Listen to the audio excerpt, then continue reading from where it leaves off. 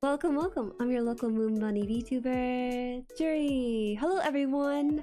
Today we are comparing third-party kits, Bandai, Japanese kits, Gunpla kits, all those together today with a very special guest. I will now introduce him for our stream. Let me unmute on Discord and have him also appear up too. Let's see. Hello. Can you hear me? Oh no. Up until that very moment. Oh my god, sorry, I accidentally muted you. I was preparing for your arrival and everything, so we have the set and everything dressed up just a tiny bit than our usual set. Happy to have you here.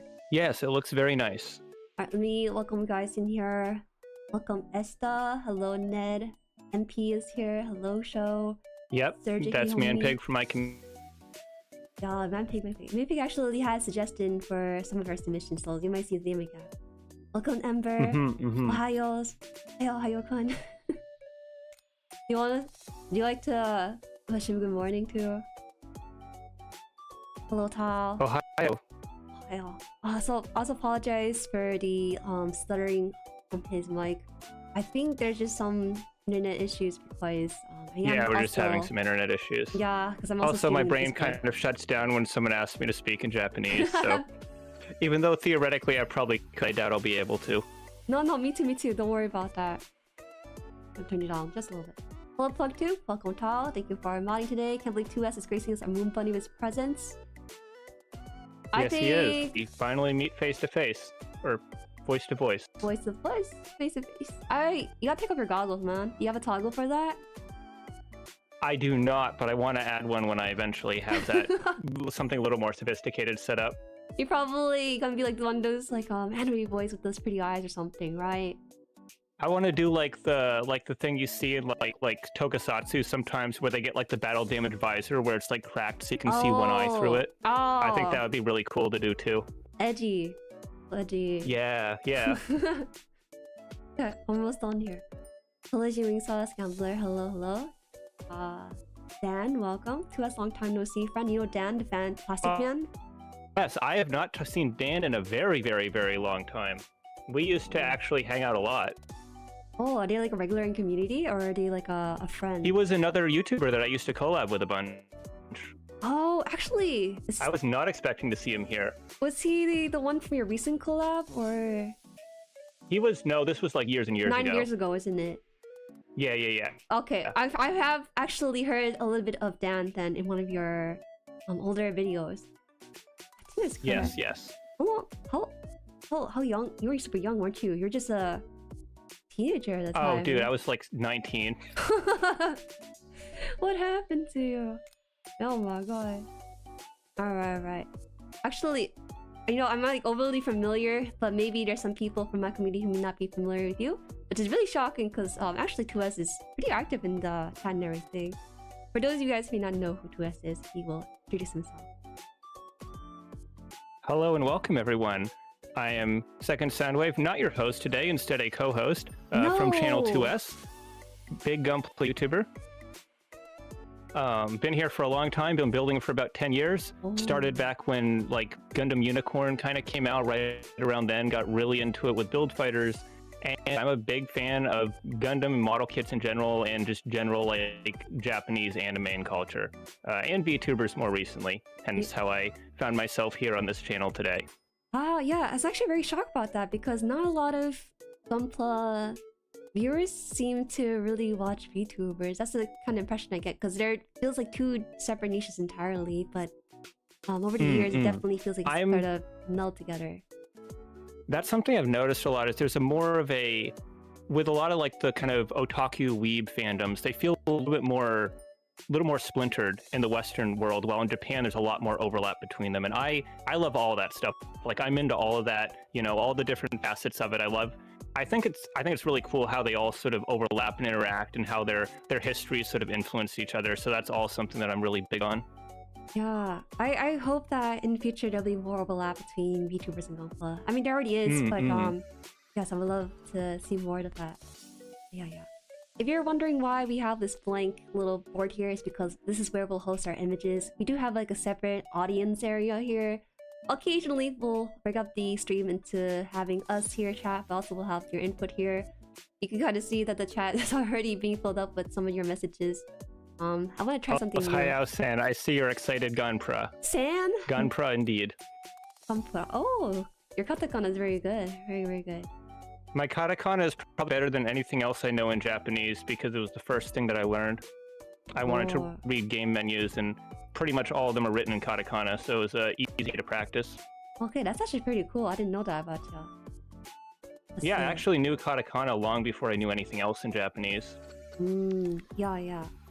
Oh, that's great. I started because I was a weeb in school, so it had some formal education, just a little bit, not too much though.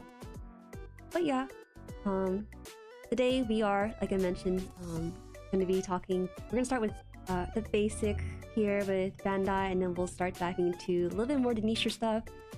When 2S and I planned for this stream, we planned it around, I want to say September or early October. So it was at least a couple months ago. Was that long? Oh my god, I'm so sorry for putting this in the back burner. This is my fault, guys.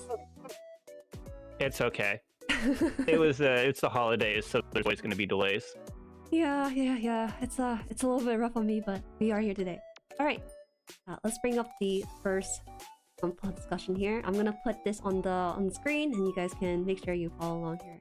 Because some of these do look really, really similar, so I feel like this is really important to have. I'll just manually change it as we're going through. Alright, first kit, Bandai.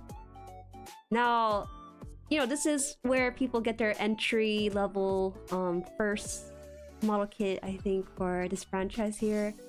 Lots of people start with Bandai Gunpla. Yeah, I actually want to get my hands on like the older kits, like the hand grenade one. I want to see what kind of challenges come from having some of the older kits in collection. At the risk of making myself feel old, what do you mean by older kits? I mean like maybe a kit from like the early 2000s or something like that. Just really appreciate. Ah, yes, okay.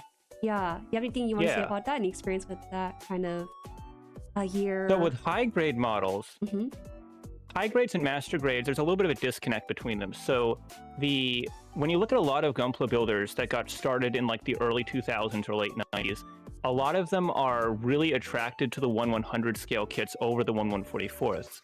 And one of the reasons for that is that while both 1/144th and 1/100 kits are really, really good now, it took a little bit longer for 1/144th to get to that level of quality.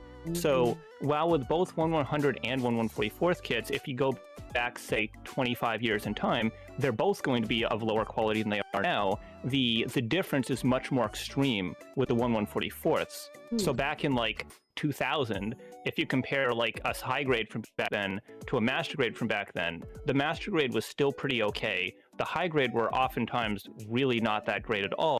So a lot of people tended to gravitate more towards the 1/100s. But as time went on, somewhere in like the early 2010s, high grades started to get much better and we get some really, really good kits. So nowadays you can really go either way and you're going to get a great build experience. Now when you say it's like lower quality, do you mean like the type of plastic used? Do you mean like the way the joints connect? I mean things like just how well the kits hold together, the seam line management, the articulation, the color accuracy. The molding and proportions used to be really off on older kits too. If you look at some of the old Gundam Seed high grades, they look really, really funny because they have like these giant feet and the head sculpts look really mushy and the shoulders are disproportionate and the arms are disproportionate and they look really funky compared to a newer high grade.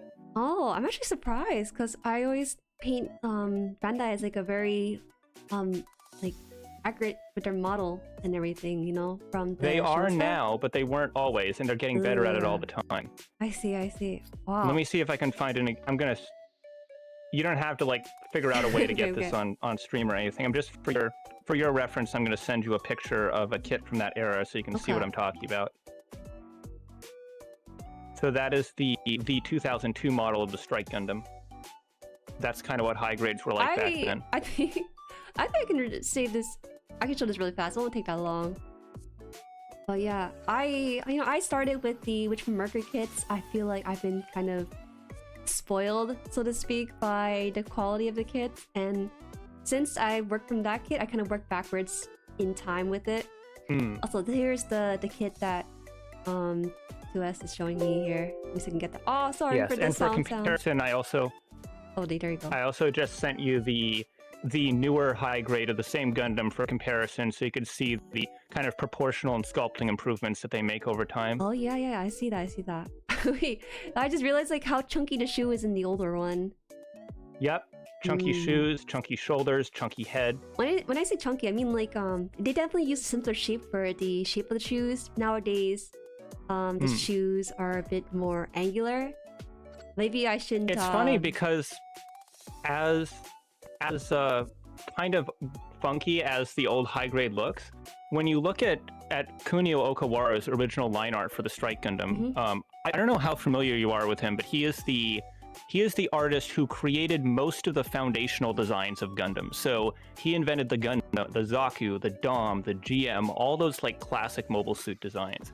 And he's a really, really good mechanical designer who comes up with some amazing and iconic looking designs. But when you look at his actual illustrations, from like a technical standpoint, some of them just look really, really scuffed. And like a lot of times the posing will be really stiff and the proportions will be super funky. And funnily enough, as wacky as it looks, in some ways, the old high-grade Strike Gundam is actually a little bit more accurate to Okawara's line art. Oh, I see. Give me a bit here. I'm gonna leave you the desktop notification here. Okay, I think this is the updated one, right? I finally got the image on there. Yes, that is the newer high-grade. That is the high-grade Strike that came out around 2012, 2013. Oh, I see. Welcome, Siege, by the way. I will say though that looking in the comments right now, people, specifically Manpig here, I think you call him MP, yes, right? Yes, Manpig builds a lot of older kits, and he's very familiar with the models of this era. In fact, I think Manpig, you actually have quite a lot of the high grades, don't you? He actually said that he got that Strike recently. The HG Seed Strike recently is not very good. But you know, it's funny enough. There's this one person in my community. His name is Vega. He believes that there's no bad kits. Every kit can be fixed with a little bit of you come across these people a lot, and I don't have a ton of interest in that viewpoint because I think it's just kind of boring to just say everything is good. Like, yes, you can always find a floor from which everything is good relative to it, but I find that that's not particularly interesting or valuable from a conversational standpoint, and I prefer to look at like, hey, this one is better than this one because of this, this, and that. And yes, you can put a ton of work into any of these kits to get them to look amazing, but I think it's still worth highlighting the ones that do it much better than others. Yeah. I personally see both yours and his POV because he come from like an experience where he's been in the community so long that, you know, some people complain about some kit being too hand grenadey or it's being like difficult to work with, but he's very experienced with his building. In terms of, even as an experienced builder, in terms of the worst things to deal with Gunpla, I would say that high-grade Strike Gundam, the first one from 02, that is probably one of the worst kinds of kits you could deal with because you can always paint in missing details. There's ways you can even like carve away the plastic around joints to give them more articulation. There's lots of little adjustment modifications you can do. But if you have fundamental proportional issues like massive shoulders or massive feet, you can't really do anything about that. You can't just hit the shoulders with a shrink ray and make them smaller. You could maybe cut bits off of them, but then you're reshaping the shoulders, and it's a really difficult thing to fix no matter how good of a modeler you are. Now, I do want to mention though that Bandai doesn't just make Gunpla, they also make like other model kits too. So I do have like a Pokemon one. I think Bandai's that was, like, been branching out a lot lately. So their Pokemon line is very popular. That is a line of kits that are very simple. In fact, I believe they've kind of been rolled under the entry grade branding now. So the Pokepla were always very simple models, but more recently, ever since they introduced entry grade as like a brand, they've started to kind of wrap them into that brand. So they're very, very simple, very easy models. They're usually pre-posed, but they of course have that cute charm that Pokemon always does. Yeah. I have not built these kits, but I just feel like I'd rather have like the solid thing. I don't think I want like a model kit of Pokemon personally. I think there's a... I feel like Pokemon always lend themselves more to plushies than figures. Yeah, that's how I feel about some of these entry grade ones. But they don't just do Pokemon, they also do, I believe, Digimon somewhere in there. I did see a couple of Digimon kits. At this point, Bandai has made model kits for almost every single intellectual property that they own. There are Yu-Gi-Oh models, there are Digimon models, there are Kamen Rider models, there are Ultraman models, there are Star Wars models. They have done just about everything they could possibly imaginably do. Yeah. In fact, actually, there was a particularly cool one they did recently where I don't know how much of a Yu-Gi-Oh person are you? Very casual. Okay, so do you know the Millennium Puzzle, that like pyramid-shaped thing that Yuki wears around his neck? Yes, I do. So they made a life-size model kit of the Millennium Puzzle where the pieces actually fit together like the puzzle pieces are supposed to. So you can fit together like the actual puzzle. Right. That's pretty cool. Shogun here mentions that they also have Kamen Rider kits. They definitely are taking advantage of their IP. I have one of their Kamen Rider kits. I have Kamen Rider Double, and given how expensive a lot of the recent Kamen Rider figure arts are, the figurized models are a very attractive option. They're only about like $30 to $40, and once you build them, you get a really nice looking figure. Oh, I see. That sounds great.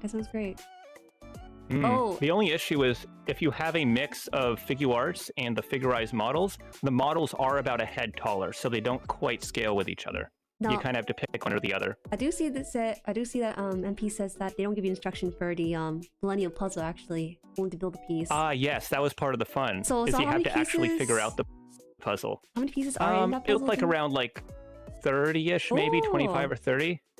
Is that accurate to the anime? I thought it was like, because I remember watching as a kid, I was thinking, it's like 8 pieces, not that much. I didn't think there's like 30 pieces. It might have been. I don't know if I've ever seen like a full like video of someone assembling it. I just saw some of the runner pictures and it looked fairly complicated. That sounds like a fun challenge. That's great. All right. It is. It's an interesting experience kit. I also have a particularly funny Bandai model actually that is a officially licensed cup noodle ramen. Oh yes, I do know about that. Because you're Yes, you assembled the cup noodle and then you also assembled like the noodles themselves too. But they're like done in chunks, I think. But they also have like areas where you put like the toppings in there. They even gave you a sticker for like the peel off lid on the top. Oh yeah. Yeah, they've been doing a pretty good job. I feel like for me, because Bandai was my first kit, and I'm sure everyone's first kit is Bandai. It's kind of basically the baseline for a lot of these other kits we're going to be talking about. And not every kit is going to be as articulate or complicated as some of the ones that Bandai has, but the options for some of these kits are much bigger. Yes, and before we move off from Bandai, I think we've talked a little bit about some of their non-Gundam kits, but the big highlights of non-Gundam Bandai models right now are their Macross kits and their Armored Core kits. Right. I don't know how familiar you are with either of those, but the Armored Core kits are very popular right now. Wait, for Bandai? I personally think... Yes, the 30-minute missions Armored Core kits are by Bandai. There are some other Armored Core kits made by Kotobukiya, but those are older models. The ones that were made for Armored Core 6 are from Bandai. Oh, okay. I actually didn't realize they actually had their own at a smaller scale too. They're a little bit on the smaller side compared to the Koto ones. Do you think the Koto ones are better, or do you think the ones from Bandai are better? In terms of like the... I have not built either of them, and I don't have a huge opinion on them, but from what I've seen, the Kotobukiya ones require a little bit more modeling experience. There's a lot of like things that you need to kind of paint and glue on them a little bit. They take maybe 15% more effort than a standard straight build, while the Bandai ones are just clipped together and you're good to go. So that's definitely something to consider with them. Personally, I feel like the Bandai ones are a little on the expensive side for what you're getting. They use that kind of simpler 30-minute mission style construction, which is similar to the Witch from Mercury kits, where you have lots of like clipped together joints kind of. And I'm not personally a big fan of that construction style, so those kits don't really interest me much. But from a visual standpoint, they do a very good job of capturing the look of the mechs game. Yeah, actually, I do have an image of the one from Koto. We can move on from Bandai to Koto. I think that would be a good transition, since there's Armored Core kits from both companies. Yeah. Here it is. Here. Here. Oh yeah, we have pictures of it. Perfect. Yeah, yeah. Actually, it was preparing for this. Yeah, make sure I spell it correctly. I unknowingly gave you the perfect topic transition. I was actually when I first saw this, I thought it was really cool, but I was hold on. thinking... Manpig just pointed out in the comments that the Bandai Armored Core kits don't use the clip joints. Oh, that's actually really cool. I did not know that. I assumed they were because they were in the 30-minute mission strand. I see. Is that bad if you don't have clips, or is that a good thing? I'm not sure. Oh no. So the C-clip style joints, there's people that will defend them to the death like Manpig, but I am personally really not a fan of them.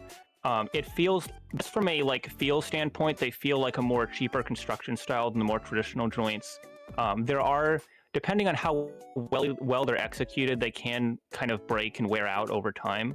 Once they got to Witcher Mercury, they kind of worked out a lot of that stuff, but I've still seen people, even in my own community, experience issues with Witcher Mercury kits where they put the joint together slightly wrong and end up cracking the clips. So that's something you don't have to worry about as much with the older style models, where the joints were constructed in a little more intricate of a way.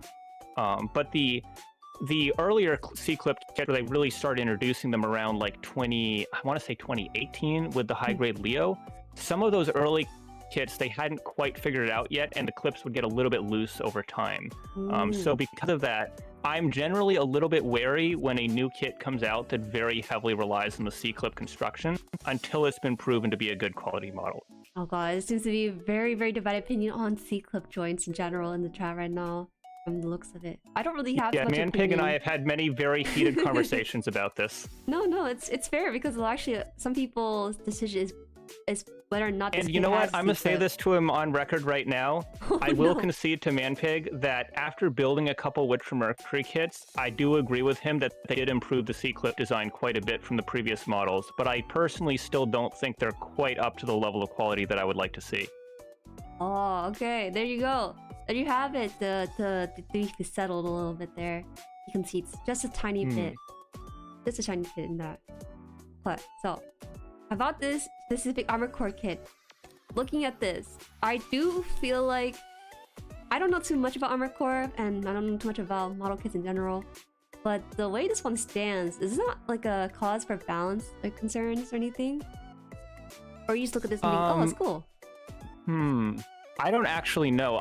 The thing is, I'm not a big Armored Core fan, so a lot of the Armored Core kits I've just never really looked that deep into, so I don't really know a lot about Koto's Armored Core models. A lot of them were made before I was really getting into Gunpla, or before I was looking at non-Bandai options. So these kind of slipped me by a little bit.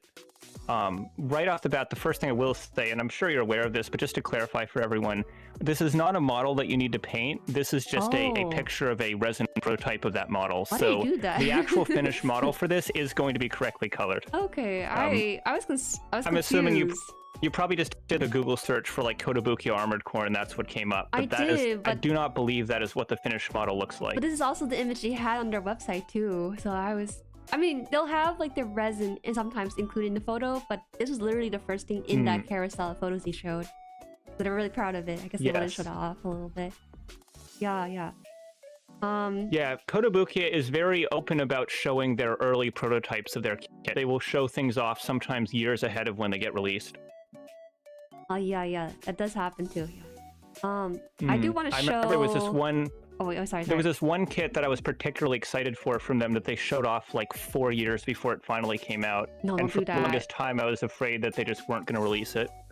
Don't do that to your fans like that. Yes, it's how familiar are you with the Figma figures by Good Smile Company? The figures? What do you mean, the little TV Figma, Android? the company, it's the company that makes Nendoroid, but they make those articulated 5-inch figures of VTubers and fake Grand Order characters and stuff like that. I do see them, but they're not exactly model kit, aren't they? Just those are not model kits, but they're infamous for any convention they go to. They will show this giant wall display where it doesn't have pictures of the figures, it just has pictures of all the characters from the different licenses that they picked up and they're planning on working on. And they're particularly infamous in various fandoms because they will show this massive selection of characters for years and years and years. And sometimes it will take just ages for any of those figures to actually come to fruition. And there's many figures that have been shown off on the Figma wall that have just never come to be. So it's a source of pain and agony for many. Oh, to me, it sounds fun though. You know, it's like, oh, they're gonna maybe do this one day. I mean, how else are you gonna raise marketing for or raise awareness that the company's working on this sort of thing? I do appreciate the transparency that comes from it. This Kotobukiya is a JP company, I believe, right? They're still in JP category. Yes, they are. Kotobukiya is Japanese now. I'm not 100% sure on this, but I don't think. I'm not 100. I know Bandai 100% makes their model kits in Japan, but I'm not 100% sure if Kotobukiya makes their kits in Japan or if they make them in China. And I don't remember specifically which they do. I am not exactly sure. If anyone else outside of Bandai was going to be doing their manufacturing in Japan, it would probably be Kotobukiya. I just don't know if Kotobukiya actually does that. As far as the mecha kits go, they are pretty cool. They have done a lot of licenses in the past that are very appealing to people. Like they have a really good Zoids line people absolutely love, and I know you're just. I can see you're hovering over the hide icon for that right now. I want to talk about this. So there's your cue to talk about Zoids. Yes.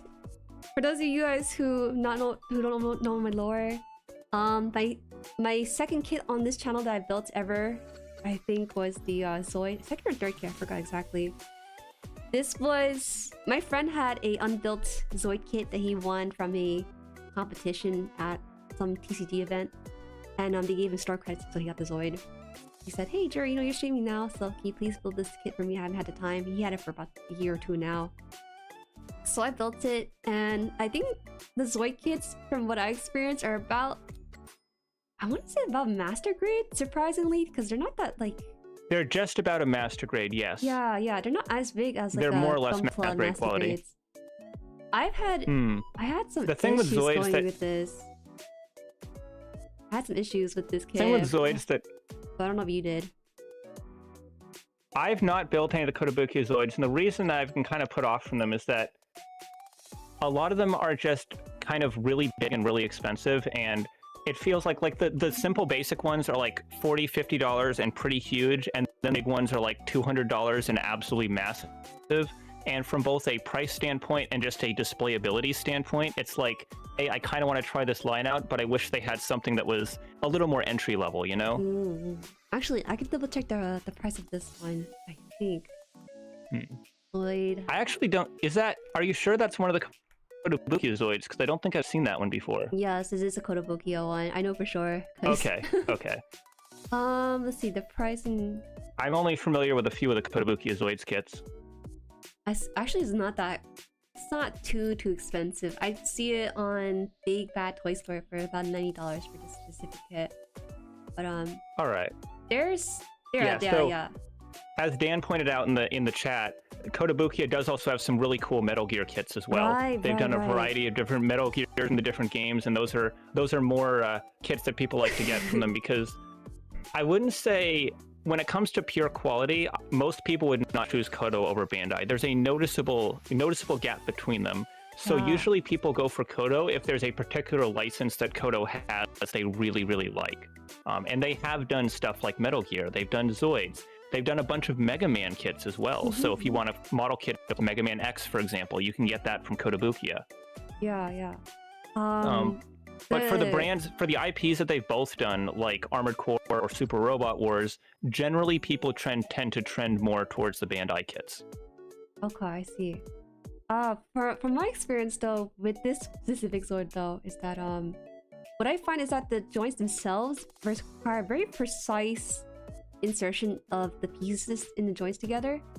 And sometimes the pieces actually fall off too, without enough of the structure holding up the whole thing.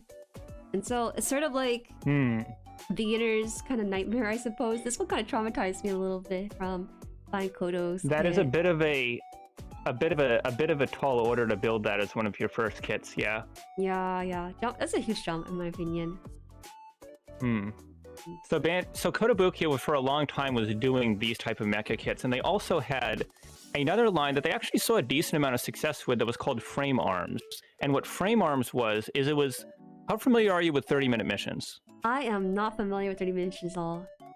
Okay, then it's going to be easier if I explain frame arms first. So frame arms was basically, it was like Kotobukiya making their own version of like the, okay, well you don't need to quite switch the picture yet, I'm getting to that. I'm getting to that. Okay, fine. So, fine. So frame arms was just, they were these original model kit, mecha model kits made by Kotobukiya, and they had a sort of vaguely Gundam-like aesthetic to them, but it wasn't based off anything. It was an original creation by Kotobukiya, and they made all these different mecha models, and they were decently popular. They were moderately popular, but then at one point they realized, hey, what if we take the mecha and we take the anime girl and we combine them together and we make frame arms girls? And that is where Kotobukiya really started to take off. Okay, so now you can change the picture. Now we're talking about frame arms girls. I'm sorry. You're telling me how to run my own stream. I do have a question about this though. So real quick. Yes, go ahead. Are mecha musumes popular in community? Because I know you have a way bigger sample size of builders. So I wonder if it's like a popular thing. It depends on where in the world you ask. In Japan, they are very popular because in Japan, there's kind of, like I was talking about earlier, where the different fragments of like the otaku community are much more interwoven in Japan.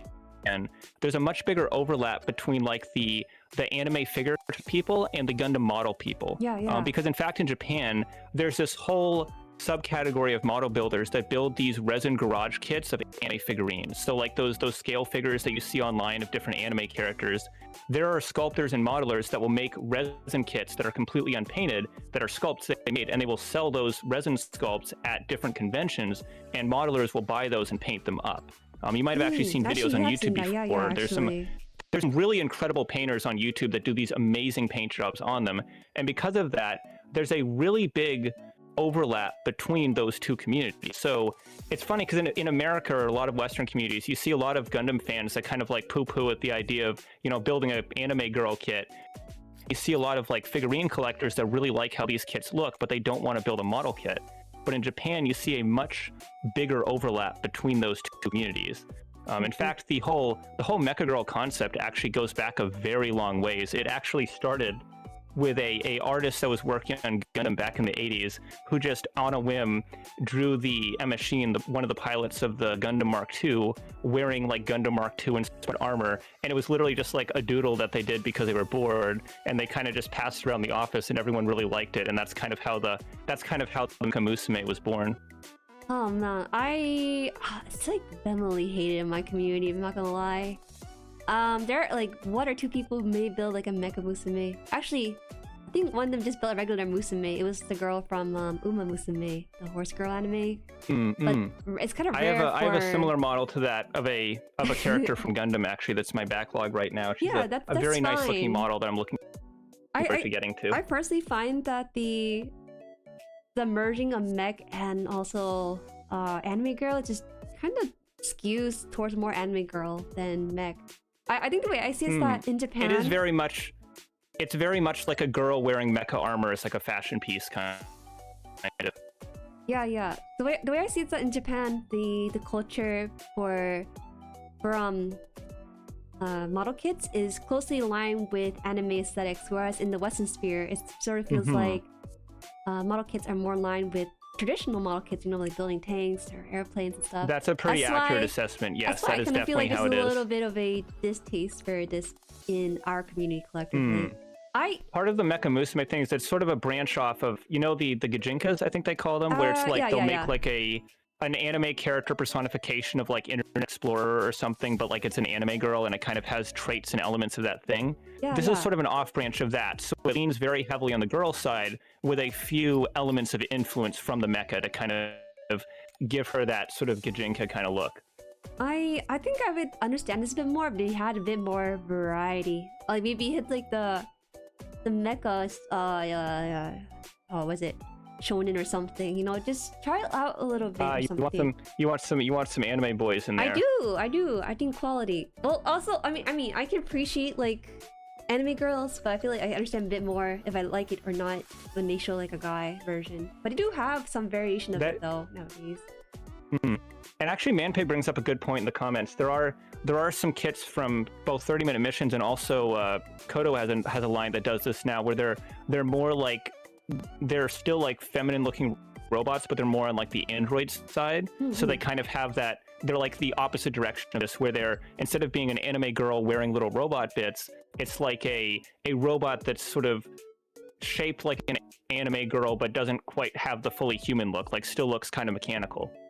Yeah. I think I prefer more of the android look than this sort of I wouldn't say mess, but like a merging like, of the anime girl and the weapons. Yeah. Now, but on this was a very important thing for Kotobukiya though, because this was like, it's not like they were a struggling company before this. They were pretty big, but this is what made them go from like the second fiddle company to Bandai to actually being a competitor, because once they came out with these kits, they got really, really, really popular. You know, I am kind of curious about something though, because on the list you handed me, right? You also put down Megami Device, right? That's another so there is a brand. distinction between those two lines. Yeah, what's the difference between the two? I might as well just put up the image for it since we're talking about it too. So frame arms girls are Gajinkified versions of those frame arms designs that Kotobukiya made before. Megami Device are completely original designs. And there's an interesting story behind Megami Device, because the designer who made these actually has a long history in the anime figure industry. So back in around 2006, 2007, there was an action figure line that came out of Japan, made by Konami, because Konami actually used to make toys in addition to Yu-Gi-Oh cards and video games. And it was called Buso Shinki. And Buso Shinki is very near and dear to my heart, because it was one of the first, it was kind of my first introduction to like the Japanese import style figures. And they were so cool at the time because they had lots of articulation and they had all the optional hands you could switch out and the different face plates with different expressions. And a lot of that stuff actually came from the Buso Shinki line that we now think of as like standard for the like Japanese style figures. And they were a lot like Megami Device, where they were these android girls where you could, all the body parts could be pulled off and separated and broken down, and they had these universal connectors on them. So all of their armor pieces and all their weapons, you could switch them around and kind of make your own custom characters. So they were these really cool customizable figures. And the designer who made those actually went on to work for Good Smile Company on some of the early Figma releases, and a lot of the basic Figma sort of body design was actually created by him. And then more recently, he made his way to Kotobukiya, and Megami Device is basically his kind of spiritual successor to Buso Shinki. So he can't call it Buso Shinki because that's owned by Konami, but he's basically making like what he would have made if he was continuing the Buso Shinki line. I actually do like the Megami Device design a bit more than the Frame Art girls. They're a little bit less trying to. They're a little less trying to like smash together a mecha with a girl, and more sort of organically creating like mechanical armor for the character. Yeah, basically built from the ground up pretty much to make it a bit more cohesive. Yeah, like you said. And what's particularly cool is actually that model I was talking about earlier that Koto showed a long time ago that I was waiting for them to release before they finally did. That was actually a collab between Buso Shinki and Megami Device, because after the line had been going for a while, eventually they actually were able to get the Buso Shinki license, and they made a Kotobukiya model kit of the first character that they made for Buso Shinki. So that was a kit that I was particularly excited to see coming out. Sick. Give me a bit here. I did lose. Do you have the link to the doc real quick? Let me grab that. Yeah, because I actually forgot where the JP starts to merge into the Chinapla. Just to double check on my end for that. Thank you. Super sorry about that. Yeah, I think we got a couple more companies after this one. I'm sort of keeping track mentally of where we are. I had to color code it myself because actually I couldn't tell if something was JP or China. So I wanted to keep that separate. But yeah, we're still on the JP side right now. Yeah, we're still on the JP side. We're actually still on Koto, if anything. We just got 2 kits done. But to be honest, Bandai and Koto is just huge. There's just a lot of things to say about it. Yes. They are, and this was what this whole kind of, I wouldn't say it's a full pivot because they do still make normal mecha models, but the redirecting of Kotobukiya towards these mecha girl kits was really a big thing for Kotobukiya, and it created this massive new kind of subgenre of these mecha musume kits. And once that happened, we actually started to see a lot of other other additional companies, both in Japan and China. I don't remember specifically where each and every one of these companies that I put on the list is from, but Yeah, yeah. I believe most of them are kind of a mix of Japan and China. And because Kotobukiya kind of created this whole subgenre, we started to see a lot of other companies making their own mecha girl kits. Yeah, And that's yeah. that kind of transitions us into talking about those. I think there'll come a day where I'll see like more of the girl plot that will be within more my taste. I'm just onto like the sussy ones as much as like there's some sussy ones, there's some wholesome ones. I don't know, I'm like very, very picky. I also really like some of them. They make Kotobukiya also, I gotta say, not only do they make those great mecha girl kits, but their accessory game is absolutely on point. Because when Bandai was absolutely dominating the industry in Japan, one of the ways that Kotobukiya kept up with them was instead of making their own model kits, they would make their own accessory packs that were compatible with Gundam. Oh, yeah, yeah. So they would make these really cool looking weapons and add-ons that you could use with their Gundam kit, with Bandai's Gundam kits. So they'd make like a giant chainsaw sword, for example, that you could put on your Gundams, and so the Gundam fans would end up buying those Kotobukiya weapon packs. And they've actually kind of expanded that line to include some of their newer mecha musume kits now. So they've done some really fun accessories for the musume kits. Like, for example, there is, you know how like in every sci-fi movie ever, there's like this scene where there's like the big clear tube of liquid with like the person floating in it and like suspended animation or whatever. I've seen those. They made that. They made like the container tube that you can put the mecha musume kit in. Wait, as like an add-on item. Are you supposed to like put in your own like clear glue in there or something? It doesn't. I don't think you're supposed to put a liquid in it. It just has like a tinted clear exterior, so it kind of looks like they're floating in there. And they did a particularly fun accessory set for the anniversary of the line, where it was an add-on set for the frame arms girl Jueri, which came with a little camera for her to hold, and a tiny Jueri-sized action figure of Jueri, so you could take pictures of your Jueri, take pictures of her Jueri. Alright. Yes, they're very fun and creative with their add-ons. Was the MS girl also a Mecha Musume? Oh my god, how many Mecha Musume did you want to talk about? I just realized that now. If I noticed that MS General is the next one on the list, so we could move on to that. A lot of these companies admittedly do kind of blur together for me because I see a lot of their items on the same storefronts, and I can never keep track of who made what. Is that one of the MS General ones? Yeah, it is actually. Okay, I like this. Because here's part of the issue is that both Nuke Matrix and MS General have a line of figures that are based off the 7 Deadly Sins. Yeah. And because of that, I always confuse them, because there's like an envy from this company and there's an envy from that company. There's a gluttony from this company and a gluttony from that company. And that kind of mixes them up a bit for me. But this is a particularly cool kit from MS General. The MS General I like is because they actually have not just a girl, but sometimes just like a whole separate action figure to go with it. But the price point that's something that MS General does a lot, is they will they'll have some sort of additional item. So they might have like a motorcycle, or like you see here with Gluttony, she comes with this massive Anubis mech behind her. So you get much more than just the main Musume kit. Oh god, forbidden version of this kit. I do know what they're talking about. Oh my god. I did look around and stuff. The forbidden version of the kit is actually, it's made by a different company, and I do actually have that one in my backlog. Yes. We might get to that one later. I don't know if we are or not, but 2S actually sent me like the online pictures of this specific kit. I mean, yeah, I guess so. What can I say? She's got a... I can prefer this. The MS General one here. The best one of all the three we talked about. What's particularly cool about this MS General one is that you don't just get the girl and you get like the Anubis guard. She also has like this whole throne that she can sit in. Yes, and it's actually got LED to light up the different gems on it. It's a really cool piece altogether. I don't understand the thought of buying like sussy like model kits though. I don't understand. Why the hell are there fireworks outside? Yo, it's oh my god, it's the 14th. We're so far away from Christmas. I have no idea. It's just random middle of December fireworks across the river. Do you live by yourself? I don't know if it's personal to ask, but do you live by yourself?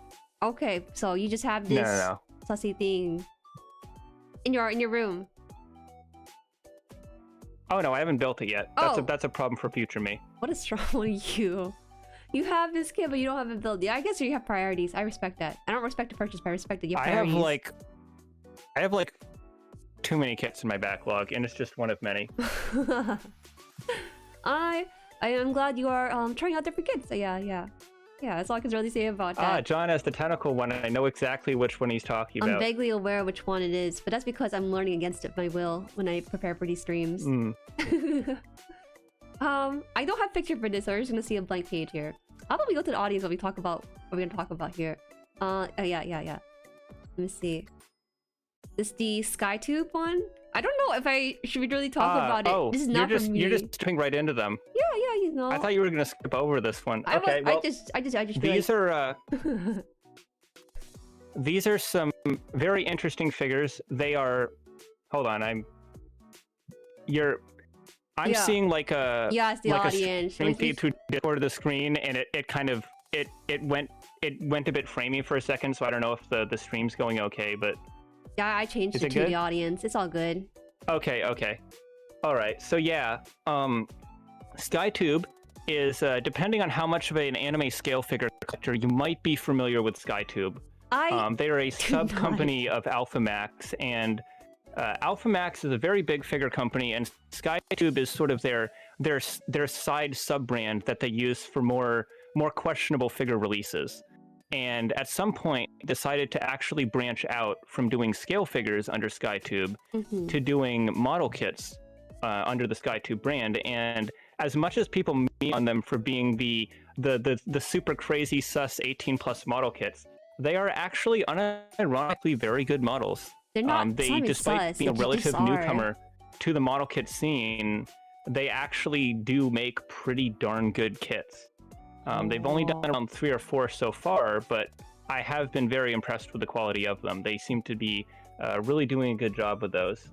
And if you are someone who gets really doesn't like how sus they are, they do make They do make like more safe for work versions of them. So if you don't want all the extra sus stuff, you can actually get a cut down version of the kit that doesn't have quite as many extras. It's like repainting your basketball into a volleyball. Don't do that. If they're a company that sus first and foremost, don't buy their safe for work version. That's not how it works. Yeah, exactly. I went for the full version when I got their ISIS kit. It's very funny because when I first met 2S, well, quote unquote met 2S, and I also got to know him through like the live stream chat and everything. He always seemed like a straight man to me, like the no nonsense kind of guy. But then he starts becoming sussier as each stream goes by, and I realize like, dang, this guy definitely has like a degen collection somewhere. Yeah, well, I take my sus seriously. I guess I respect that. I don't think I would want to like merge the two ideas. I can't fathom it. I think that sus and serious are not mutually exclusive. It's just funny. Okay, also, hang on. I just saw Manpig bring up feet in chat. Apparently, is that the first time this happened at the stream? Because my guys always try to do that. Yeah, it's first time. But you also done it on my own channel too. I don't know. You just do it on my own channel as well. Hold on. Okay, whoa. Before my guys get any ideas, what specifically are you talking about? You make really sus feet jokes. You're like, oh, my community makes fun of my feet jokes. They bring it up. I'm like, I didn't mention feet. And you're like, one time I was like measuring my hand or something, and then this one suggested, oh, how about you do like a feet reveal? And you're like, oh, how about a toe reveal? Like, okay, hold on. No, that did not happen. It did happen. I need to see the logs. That did not happen. Okay, I'll send the logs later. Anyways, we're back. We're going back. Oh, wait, hold on. I do remember that because someone else brought up feet and it wasn't me. And you decided to escalate it into toes. Anyways, what else we got here? There was in the outline there was a few different companies that make those type of mecha musume kits, and we don't have to go through every single one of them individually, but there's just a variety of them.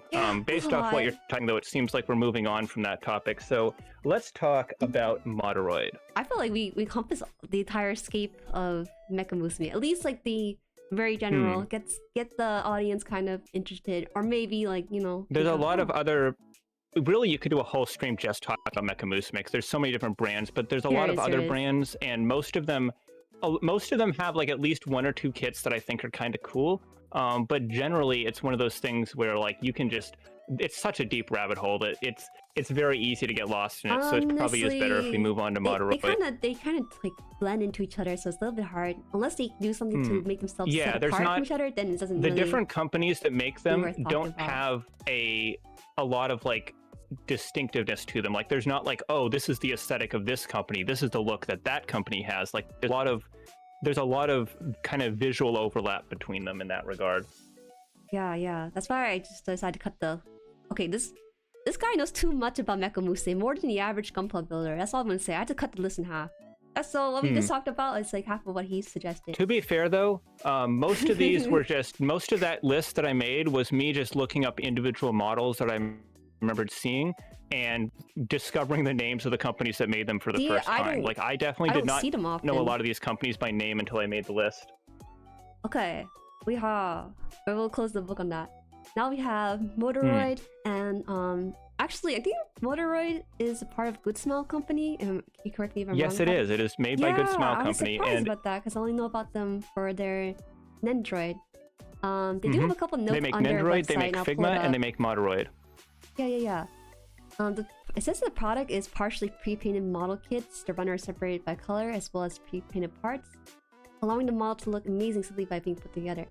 They're made from PS and hard. Do you call it ABS or do you call it ABS? ABS plastic. Oh my bad. I've been calling it ABS. That's embarrassing. Yes, PS and ABS. And yep. So PS is polystyrene. That is the standard plastic that Bandai uses for pretty much everything. ABS, I don't think you've probably encountered a kit that uses ABS because you've built mostly more so newer kits, and Bandai's kind of been phasing out ABS. But if you look at like a master grade kit from maybe like 8 to 10 years ago, they would oftentimes use ABS for some of the joint areas because it's a very hard, very stiff, very rigid plastic. So for bigger, heavier models, it works really well to keep the joint stiff. Now let me pull up the I'm gonna pull up the website page because I feel like it's hard to really capture the general design aesthetic and design philosophy of this, so I'll have the tab open. But so Moderoid's approach to making kits is basically, if you ask what Moderoid makes models of, the answer is yes. Every single conceivable IP that has not been picked up by Bandai and has not been picked up by Kotobukiya, I have not heard Moderoid these IPs will try and snatch all. up. Yes, so most of these are from random, literally Who mecha animes from the 80s and 90s. They will literally make anything. There is actually a community poll that they put out every year, and it does not matter what it is. Any and all mecha are eligible, and anything that gets enough votes in the poll will get made. So they will make absolutely everything. Now, do you have They have made mecha kits? from video games. They've made mecha from anime. They've even... Do you know that... Did you watch Pop Team Epic? Yes, I have. I do not... Do you know that one the one episode where they were like in the mech or something? Is that what it was? There was an episode where they have like a mecha, and Moderoid made a model kit of that mecha. They will make absolutely anything. Oh, I see. So I asked a little bit, but do you have any model kits from this company? I do not have any Moderoids yet. Okay. I have had my eye on their Patlabor line because I really like Patlabor, and they've done basically everything from the line. Okay, holy heck, they actually but these kits are... Yes, they've done Braver, they've done just about any... Like I said, anything that Bandai or Koto hasn't done, Moderoid has done. They are a little bit... I feel like they're a little on the small side. Like, I don't think they're... Or no, they're around 1/144th, maybe a little bigger, but they make a lot of... They make a lot of super robots, like a lot of really big mecha, so their kits kind of look a little small by comparison. Okay, ManPig's saying they're not small. I'll defer to him because he's built a lot more of these than I have. Like this company small or what? Part of the draw of these is if you're someone like me or ManPig that is a big fan of these Super Robot Wars games, it's basically like... The best way I can describe Super Robot Wars is it's like Kingdom Hearts, but instead of Disney characters, it's mecha anime. So it's this big crossover JRPG with all these different characters in mecha from all these different like random obscure mecha anime. And a lot of Super Robot Wars collectors really like Moderoid because for a lot of those more obscure mecha, these are the first and only times they're getting model kits. And this really is like a labor of love from the people that are making them, because I believe the people that kind of manage the the Moderoid line have actually straight up said before that it actually loses them money, but they make so much more money off like Nendoroids and Figmas that Moderoid taking a bit of a hit is something they're willing to do in order to get some of these obscure kits out there.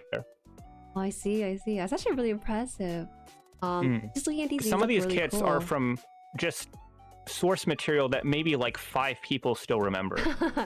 Like there's not a lot of Megaton Musashi fans out there. I don't know how many people still remember Expelled from Paradise, but as you just scroll by, there's kits from that. There's the weird dudes that turn into faces down there in the bottom that not a lot of people are probably familiar with. Over on the right there, you can actually see the 3 elemental characters there. Those are from an anime that was actually pretty popular in the 90s called Magic Knight Rayearth. I don't know if you've heard of that or not. Oh, I actually want to click on one of these, so let me know if there's like a specific one you want to try looking at a little bit more closely. Go ahead and go ahead and click on the Rayearth one, the one with the 3 mecha on the right. Oh yeah, right here. Wait, this one? Legendary Rune God? Okay. Whoa. Yep. Sorry for the Discord light. I don't think it's gonna... So these are from a show that was made by a studio called Clamp. I don't know, are you familiar with Clamp? Right. I know the Clamp style. Yes. So this was an anime and manga that Clamp made back in the 90s that was basically a magical girl mecha anime. So the magical girls could each summon their own elemental mecha to fight, and it had like this kind of fantasy theme to it. It's not a show that I've seen personally, but it was kind of like a shoujo mecha fantasy anime sort of, and it was it's not as well known now, but it was very popular at the time that it came out. Apologies for flashbang, guys. I don't even have Dark Reader on. Yeah. Apologies for that. The actual website itself is like dark, but then their actual like page to buy and stuff turned super white. So there's like a little bit of flashbang. And that's really cool though. Actually, just looking at these photos, like they're really high quality photos too, and you can tell that they look like they have really good articulation. Not that I have built any of these, but they just look really nice. They have pretty good articulation. I believe they might need a little bit of deco work to look like this, a little bit of paint work. But one of the cool things about Moderoid is that while the color separation isn't always the best physically, they do actually pre-paint some of the parts on the runners. So for some models, some parts of the models, they will paint on some of the smaller details in order to give them a little bit of a better finished look. No, it's not assembled at for Genius, but this website is Good Smile. Again, like this is a thing that Good Smile does do. I know that many people know it for the Nendoroid and stuff, but they actually do model kits like this too. I'm someone who struggles to get in the Moderoid line just because I really like just building random mecha like this. But if there's some particular game or anime or even like some weird one-off thing that appeared in a commercial that is exciting to you that you personally like, they got RoboCop. If you ever see something where like, oh, I remember watching that anime 20 years ago, I would recommend picking it up and giving it a shot. Because they are quite nice kits. I'm curious with this one because it's basically a person, right? So is it like pre-assembled or is this like an actual... No. All of these are model kits. I don't like... This is going to be like Bandai's Figurize kits where you build it, but it's like a human character. What the heck? I actually don't have a lot of experience with these kind of kits. I do not have it. Let's see. If you ever see like any... I don't know how like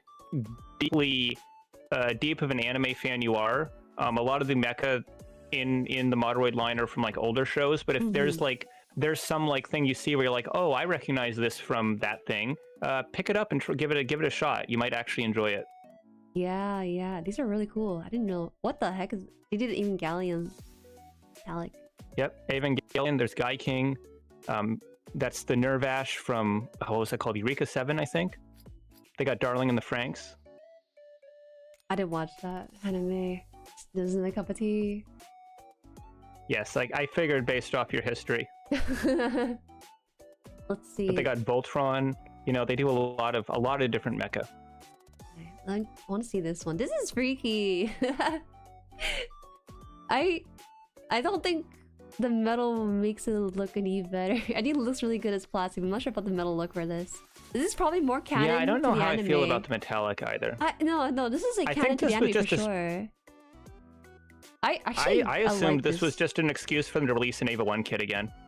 I actually adore the Ava 1 unit, like design and stuff, but somehow in the metallic form it looks kind of way more slim-waisted than I thought. I don't think And it's yes, like Trevor, me. this is the new Gundam. The new Gundam. Oh no. I like the new Gundam, man. I mean,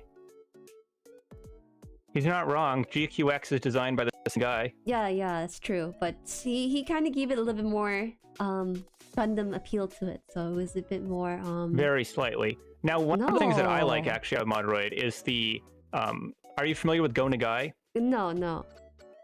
Is there? Did I pass? So one? Go Nagai was a Oh, he okay. is a yeah. You can scroll up a little bit. Oh, so wait. Go Nagai is a Let's see. well, where is honestly, Go Nagai made so many different mecha that have Moderoid kits. You could basically stop anywhere and one of them will be on screen. But he was the guy who basically created the mecha genre. So he made a manga back in the 70s called Mazinger Z, and it was the very first piece of Japanese media to feature a giant mech with a human pilot inside of it. And that was kind of the start of the genre. And then he co-created with someone else, Ken Ishikawa, another mecha series called Getter Robo. And you can actually see Getter Robo, Getter Dragon up there in the top right. That was the very first ever mecha to be a combiner. So it had like the 3 jets that combined together to form one robot. Getter Robo was the first one to ever do that. So Go Nagai was very much like an early pioneer of the mecha genre, and I'm a big fan of his designs because they have this simplicity to them, but there's still this charm of like, they're very simple, but they're very iconic designs. And I really love them. And a lot of Go Nagai's mecha and a lot of different interpretations and redesigns of his mecha are present in the Moderoid line. Like this is not the original Getter Robo. This is a redesign from an OVA that came out in the 90s. But that's the beauty of Go Nagai's designs, is that they're so simple and iconic that there's so much room for creativity in redesigning them. And there's a lot of really, really cool redesigns of them that have been made over the years. Yeah, actually, this is probably one of the cooler third party. And yes, Manpig is right. Getter is more Ishikawa than Nagai, but Nagai did have some influence on it, I believe. Yeah.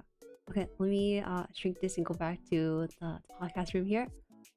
That was a really cool run. I saw the list, but I really didn't know what to expect at all. And I went to you and was like, it's like, I think I'm gonna open a page for this, because all the other ones before this, I could just pull one image to describe it, but I think you just had to show their scrolling through the Moderoid product list is like looking at the Smash Bros roster if all of it was like the weird obscure Japanese characters that Sakurai likes. Like if it was all like Terry Bogards and like Chroms from Fire Emblem. That's what it's like to look at Moderoids. Oh, actually, I have to open the Chrome again for the next one in a bit. Did you have any remaining factoids or things you want to express about the Moderoid?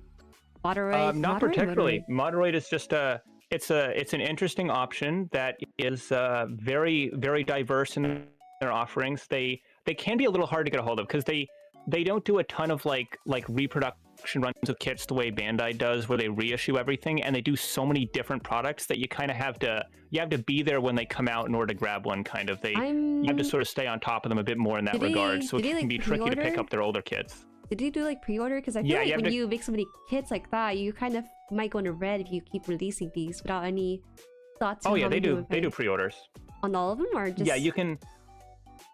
Oh yeah, on anything. Like any of these model kits get pre-orders generally. You just don't see as many US retailers do pre-orders because when it comes to importing stuff from Japan, the timelines are so unreliable that it's just it gets really messy when you do a bunch of pre-orders. So usually you see pre-orders more so from the Japanese side. Oh, I see. So for I think that we'll leave it at that for Moderoid. We're going to the community suggestion for the next one. It's actually suggested by Manpig here. Volks, I believe, is the name for it. The 5-star. Yes. So let me grab the name. So Volks is a company. Have you ever heard of Dolphys? Like the ball jointed dolls? No, but I know what ball jointed dolls are. Yes. So Volks's main product line is they make these really high-end ball jointed dolls, and they're like, when I say high-end, they're like multiple thousands of dollars, like super fancy high-end dolls. But they also have like a model kit division as well, and these are definitely like big boy model kits, right? Like they're technically snap fit, but they're made with the expectation that you're going to be a pretty proficient modeler if you're building them. Or for Volks in general. And the Volks, for the Volks kits, yeah. So Volks doesn't have a ton of model kits, but the brand that they have that we're looking at here is 5-Star Stories. Yes. What's with that? This has a very interesting aesthetic to it. So do you want the history on 5-Star Stories? I'm actually kind of confused because Volks is like the entire website itself, but on the page, it's on the outline we have for ourselves here. It has specifically the 5-Star Stories. That's what I'm curious about, because I don't know too much about it. As far as I know, 5-Star Stories is like the main highlight of this company. I'm not as familiar with any other model kits they might or might not make. Yeah, as Manpig pointed out, actually, the main thing is resin kits. So those are unpainted models made out of resin. You have to glue them, you have to pin them, you have to paint them. They're very much made for experienced modelers, but this was the 5-Star Stories kits you see here are sort of their foray into like snap fit Bandai style plastic models. Now, 5-Star Stories is an interesting IP to talk about. So it was made by a guy who, unfortunately, his name has slipped my mind. I'm sure someone is going to immediately type it in chat. But he was an early mechanical designer in the 80s.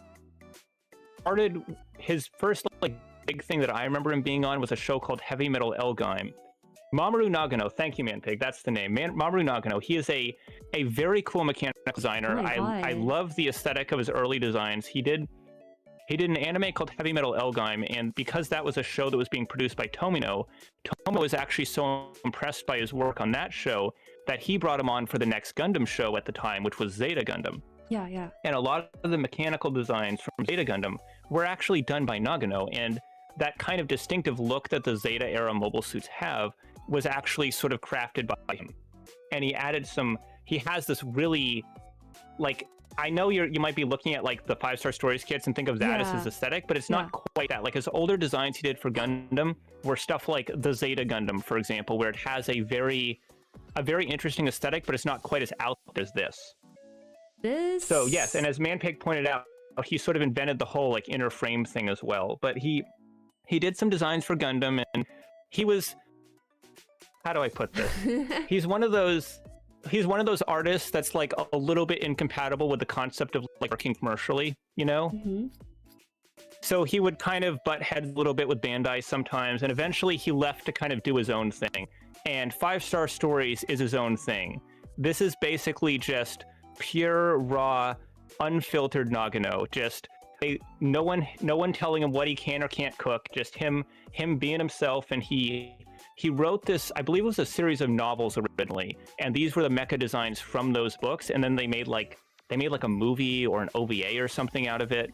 And I think the OVA, like, it doesn't even have an official release. You have to like watch it in theaters because that's how the director intended it or whatever. You can't actually get it on home video. It's one of those kind of things. But it has this really, really big cult following, and these model kits are very popular among I don't even know if I'd say small, because it is actually a fairly large fan base. It's just it has a fan base that's very concentrated in Japan due to how inaccessible the media is if you're not Japanese. It's a manga. Okay, thank you, Manpig. 5-Star Stories is a manga. You got most of it right, though. You got most of it right. It is. This is Nagano's baby. This is his child, and he has these really incredibly meticulous and detailed mechanical designs that he created for it. Oh, it's actually pretty interesting. That is effectively 5-Star Stories. I cannot tell you a single thing about the actual lore because I've never seen a single piece of 5-Star Stories media. No, it's actually pretty interesting though, because the way he designed them kind of similar to like a Navy ship with the hot girls on the side or something. He has that like little you see the little mermaid on like the kit itself here. Oh, the pinup girl, yeah. I think it's really funny. It has no functional use, but it's just like his taste and the things. Yes, that's something you see a little bit in mecha anime. Sometimes they'll incorporate elements of like real life military vehicles to kind of give it that authentic look. Yeah. Honestly though, I personally not too much into the aesthetics of it. I think when he doesn't lean too heavily into it, that's where I'm like, okay. Yeah, I'm personally not a fan of it either. It's interesting in the sense that it's very out there and experimental. Yeah, it's very out there. But really cool. I'm not particularly fond of it myself either.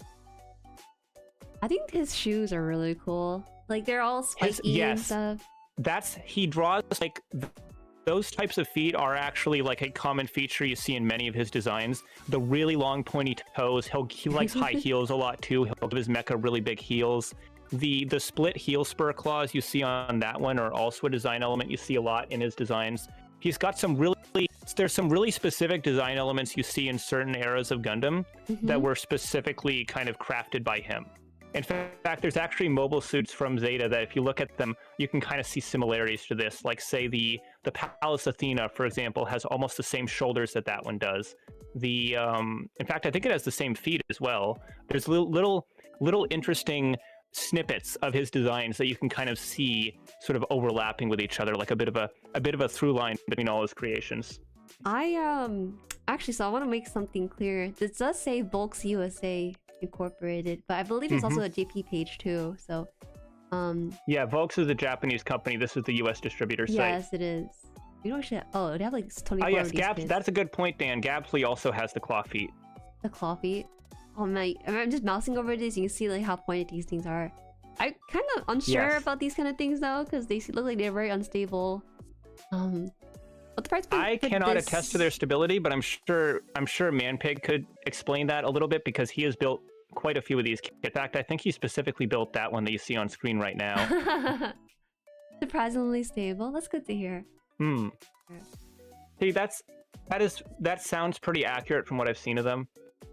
This particular one on screen, I actually do like a little bit. It has a little bit more of like a standardized mech look to it. It's not quite as out there. Yeah. And if you look at something like the Elgheim, for example, which was one of his earlier designs, it actually does look kind of aesthetically quite similar to this. So I think this is a little more in line with the style of Nagano design that I prefer. Yeah. I actually agree with you on this one because I personally like his upper half on this one. Like wherever anything above the knees are like what I like, but below the knees is a little bit hard for me to digest. I'm very particular about the. I like the big fancy shape. feet. They're not fancy. They're just high I'll send you a heels. picture of the Elgheim so you can sort of see the visual similarities between them. Here we go. Actually, this is chunky ones. I think I'll put gold. This is the design that caught Tomino's attention and made him want to bring Nagano onto Gundam. Oh, they came a long way. That's all I'll say. I like a lot of elements of this, and there's elements of like the Zeta designs that you kind of see in this, like the red sort of triangle bits on the elbows, the big pointy feet with the high heels, the long cables running to the giant cannon. Like a lot of these are so much of like the Zeta aesthetic you can really see here in the Elgheim, and it's a design I'm particularly fond of for that reason. It's like the proto Zeta Gundam in a way.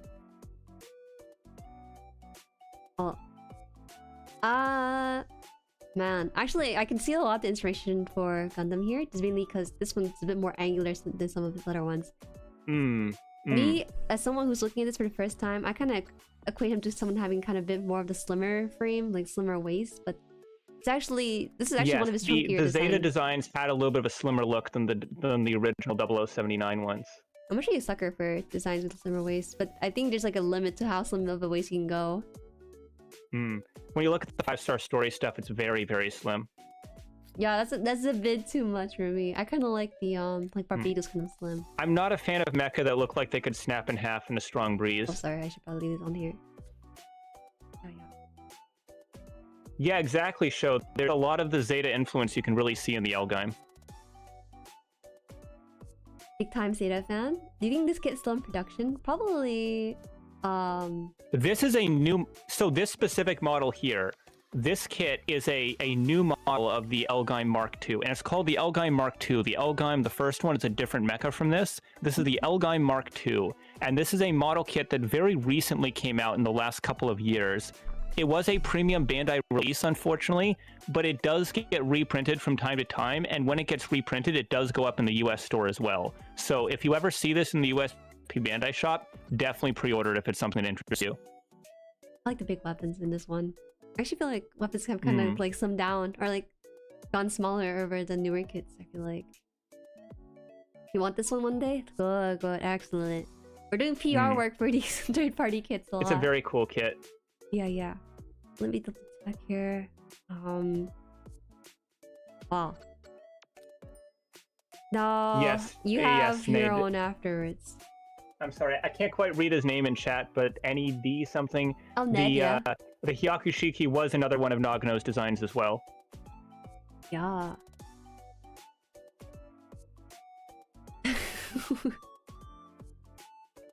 Buy the SRW OG kits?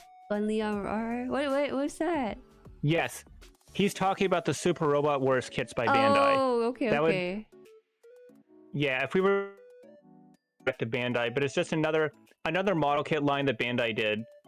It's from a game series that I could talk about for hours, but I'm going to spare you the details. Basically, it's the Gunpla, the specific one he's talking about, is this mecha that's meant to be like a construction mecha that was like refitted for combat. But it has the Super Robot Wars mecha have a very Gundam-y look to them, because the series it's that one that I was telling you about earlier that's like Kingdom Hearts with mecha anime. So it's this big crossover series with lots of different mecha. So whenever they introduce their own mecha designs, they actually get like veteran designers from the mecha anime industry to make them. So get like Katoki or Okawara or someone to actually make the new designs for Super Robot Wars, and Gunpla was one of those designs. So even though it's not a Gundam, it has a very kind of Gundam-y look to it. Almost like the sort of Gundam adjacent kits you see from some of the Chinese companies. Oh, yeah. Definitely. It's a very cool history. I'll walk down history lane and everything. I don't think a lot of the older robot designs are really my taste though. I feel like really picky about it. It can't be too thin or too. What do you mean by older bulky. robot designs? I think wait, is this one that's like more modern, you think? The one you just showed on the screen? The Gunpla is from a PS3 game, so it's relatively modern. No, I wasn't talking about the Gunpla. I'll see if I can find a picture of it. I was talking about the 5-star story ones. Oh, 5-star stories. I mean, it's been around for ages. It's something he's been working on and off for like 30, 40 years at this point. Finish your backlog. Good. Good PSA here. My backlog is very small. Yes, Katoki is peak. 40 plus. Oh, hell yeah. Sho just said he bought Super Robot Wars 30 today. Excellent choice. Love that game. I think with more modern design, it's a bit, they definitely have a bit more balance to their design. Like, they actually incorporate, like, design theory into it. Back then, I feel like a bit more freedom in how it's supposed to look. So sometimes you'll get some really banger design, but sometimes you'll get, like, kind of not as strong of a design in those days. I think it's worth looking into. Look at a lot more mecha from both the modern era and the past, and you'll kind of get a feel for like how the design philosophy sort of shifted over time. No, but then you get like Gundams like it's like, what is it called? Sai? Or Sai? It's Gasi Gundam. Gasi? Oh my Gundam, god. Yeah. I only ever read it and you guys never tell me verbally what it is. It's everyone thinks it's the Chinese XI, but it's actually the Greek XI. Yeah, it's the Greek XI. Mm-hmm. I don't know, but I feel like they've been lately they've been kind of expanding their design palettes a bit more and more with the inline Gundam stuff. Older IP tend to have some of the more creative designs because modern ones to make more grounded and realistic and modern tech. I see, and it makes a lot of sense. I guess that's how I would describe it too. I think part of it is that a lot of the older ones were a little more speculative as far as like, oh, what tech we have in the future. Well, the newer ones seem to be based off like the actual futuristic tech we have today. That's a good way of putting it. Yeah. You should watch some more, like, I know you were like really into G Gundam when we were watching that, but you should watch some more like both older and newer mecha anime to kind of get a feel for the different eras, because a lot of times when you actually see the mecha in the context of the story that they're in, you end up liking them a lot more. There's a lot of mecha that I was not as into until I saw the anime they were from, and I was, okay, this guy's actually really cool. Like the Kowloon Gundam, for example, from G Gundam. I always thought the Kowloon Gundam looked kind of weird, and I didn't really like it, but then I saw it in the anime, and the way it looked, and the way they drew it, and the way it moved, it was just so cool. That's how I felt about Bolt's Gundam. Bolt Gundam really grew on me over the series. I didn't really like it at first, but yeah, it was a good run through with the anime. Okay. Let's see. Next one. I think you suggested this, right? Or did I misremember? No, you suggested this one. I don't think this is really... Is this a company? Armor Colossus. Which one are you... that one. The Oh, what? oh yeah, Armor Colossus Bailu. Oh, Bailu? yes. Bailu? This was one of those. This was kind of a bit of a flavor of the month kit that was Yeah, very popular and so- talked about a lot at the time we were making this list. Yeah. And not many people are talking about it anymore. Oh no! It's not, in retrospect, it's not a hugely, like, insanely cool kit. It was kind of just a remarkably decent design from a company that a lot of people hadn't really heard of. And it was sort of interesting because it wasn't made by, like, one of these Chinese companies. I think it was actually, and that's a good point, Tao. Thanks for reminding me. I'm going to take a drink right after I finish this sentence. But, Yes. It's actually not like a random original design. It's actually a licensed kit based off of a mecha design from a manhwa. So that was kind of an interesting aspect of it. Oh It's yeah, got that's right. It was Mama. Yeah. It's got like a little bit of a cool look to it. It's kind of, if you're a Gundam 00 fan, it might look like vaguely like Union Flag inspired to you, and it's just kind of overall was an interesting looking mech. I'm gonna go ahead and hydrate myself now.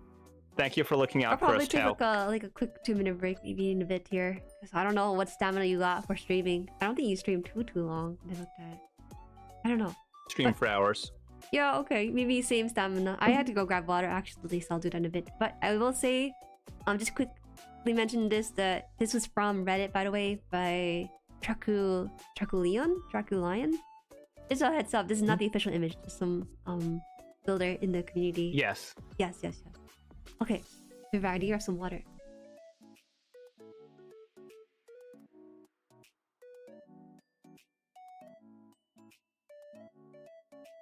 There she goes. It's just you and me now, chat.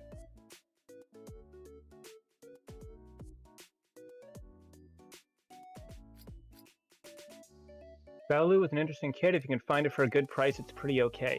Yeah, it looked interesting to me. I was surprised because it's not really like a China-pla type kit. You saw it at a lot of like standard retailers. So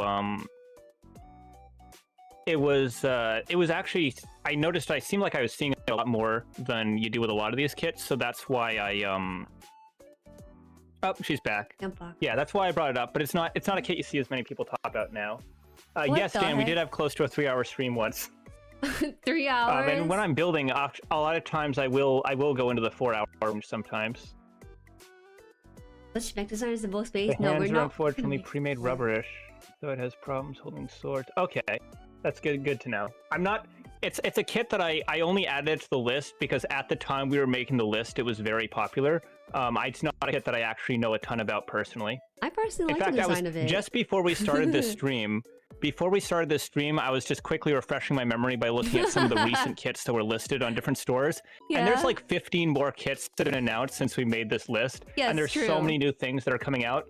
Literally this morning, hours before we started this stream, Manpig dropped a picture in chat of a Master Grade 1/100 scale. And this is like hot new news. This just dropped today. Fresh off the Some press. company in China is making a 1/100 scale full armor Hyakushiki. So the Gundam fans out there that know, they know what a big deal that is. They know how cool that is, and I for one am absolutely hyped. That was literally something that was just now announced. So Yakushiki. when you do these kind of videos, you gotta keep things kind Wake of up, new and guys. present because a lot of stuff comes out real quick. That's why I can never be like a true Gunpla like channel, because I don't actually keep up with the newer stuff. I generally Yeah, it's a lot to keep up with. It is.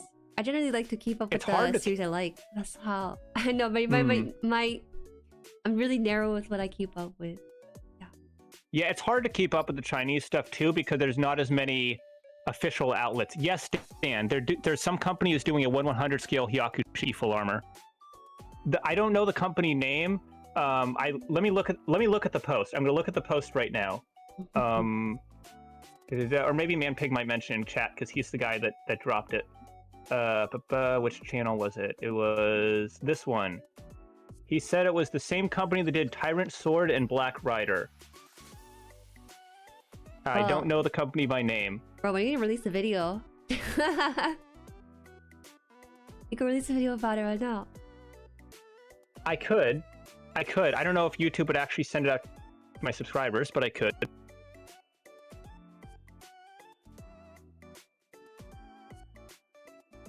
But yeah, I don't know the name of the company, but it is a kit that it's because here's the thing. I've like fantasized before about like, if I had like a third party company, what you know, what mobile suits would I make? What models would I make? And top of the list has always been master grade full armor Hyakushiki, and we're finally getting it, and I am so excited. Nice. Actually, let me pull the reference for there we go. myself then. Manpig informed us. It's a Chinese name that translates directly into cold steel power. Okay, so that's the company. Something in Chinese.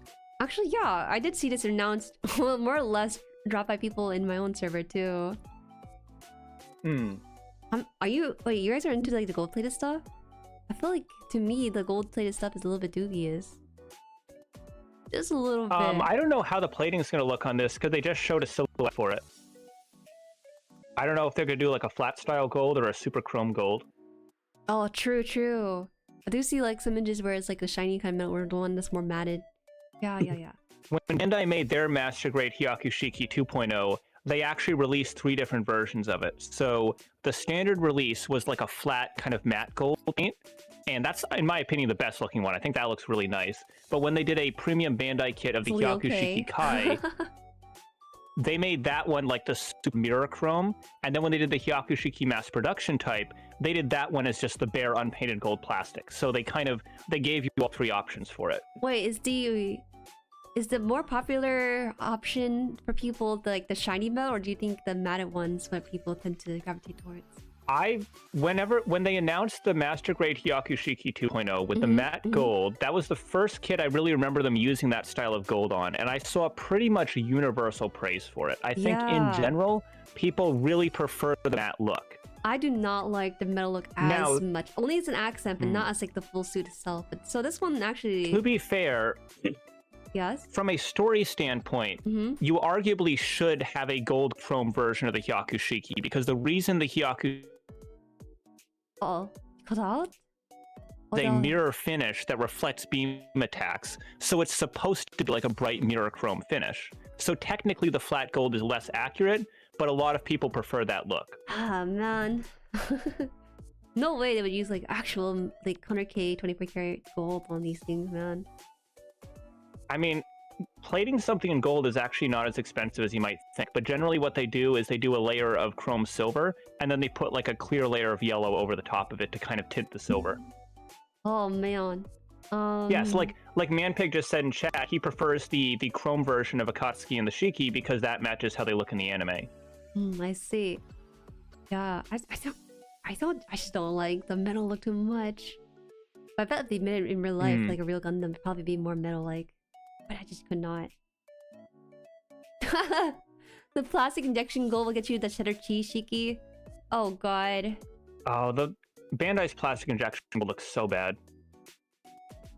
They're doing their best. They have different golds they use. And sometimes their gold looks okay. There's a few kits they've done more recently, like the Mighty Strike Freedom from the Seed Freedom line. That's actually got some pretty okay looking injection gold, but when it looks bad, it looks really bad.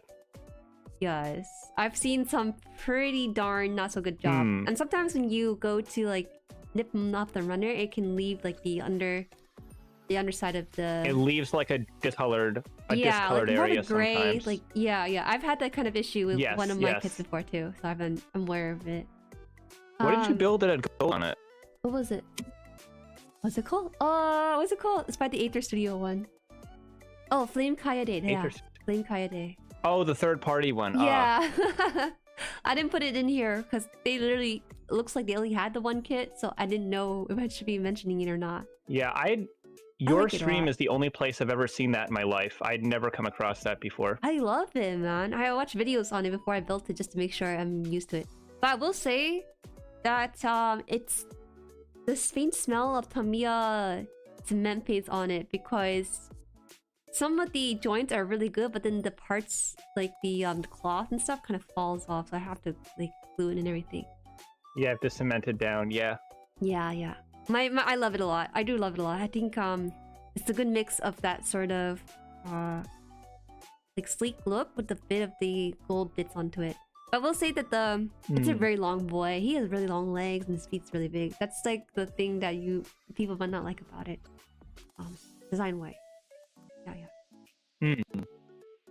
Okay. I'm moving across from this one. This was more of like a flavor in a month kind of kit. We do have we are transitioning from the JP kits to the Chinese kits. There's a little bit mix of that in the last couple we talked about, so we'll move into China kits. This one is Momo Dragon Momoco. Let me actually change the. This is what you have a lot to say, don't you? Yes, so... I actually looked this up before you say anything. I looked this up because I needed some sort of reference image to show on stream and everything. And actually, there was like a whole Reddit thread about this, saying like, "Oh my god, they're going defunct, they're getting sued, da da da." And I was just like, "Oh my god, what's some tea brewing with this company?" So I'm sure. So Dragon Momoco. Yes. Is the company that started the whole trend of the like Gundam adjacent third-party kits from China. So there have always been bootlegs of Gunpla out of China, just like there are bootlegs of anything that comes out of China, right? Like you're always gonna, it doesn't matter what it is, there's gonna be a bootleg of it, and Gunpla is no exception. And there were a lot of companies like TT Hongi or Daban that would just make these direct clone kits of Bandai kits. They would just be a straight knockoff of them, sometimes made with crappier plastic, sometimes the molding wasn't as great, but they were usually just like cheaper, crappier versions of the Bandai kits. Apologies for the language. I know you don't swear as much on your channel. I'll try crap is like reel it back when I can. Second graders can use crap, man. It's all good. Oh, okay, I'm okay with my guess. I wasn't sure swearing. what does and doesn't fit within your purview. So. Okay, then I'll just make it clear now that I allow my guests to curse, generously, like here and there, but don't make it like every sentence or something. That's all. Of course. It loses effectiveness.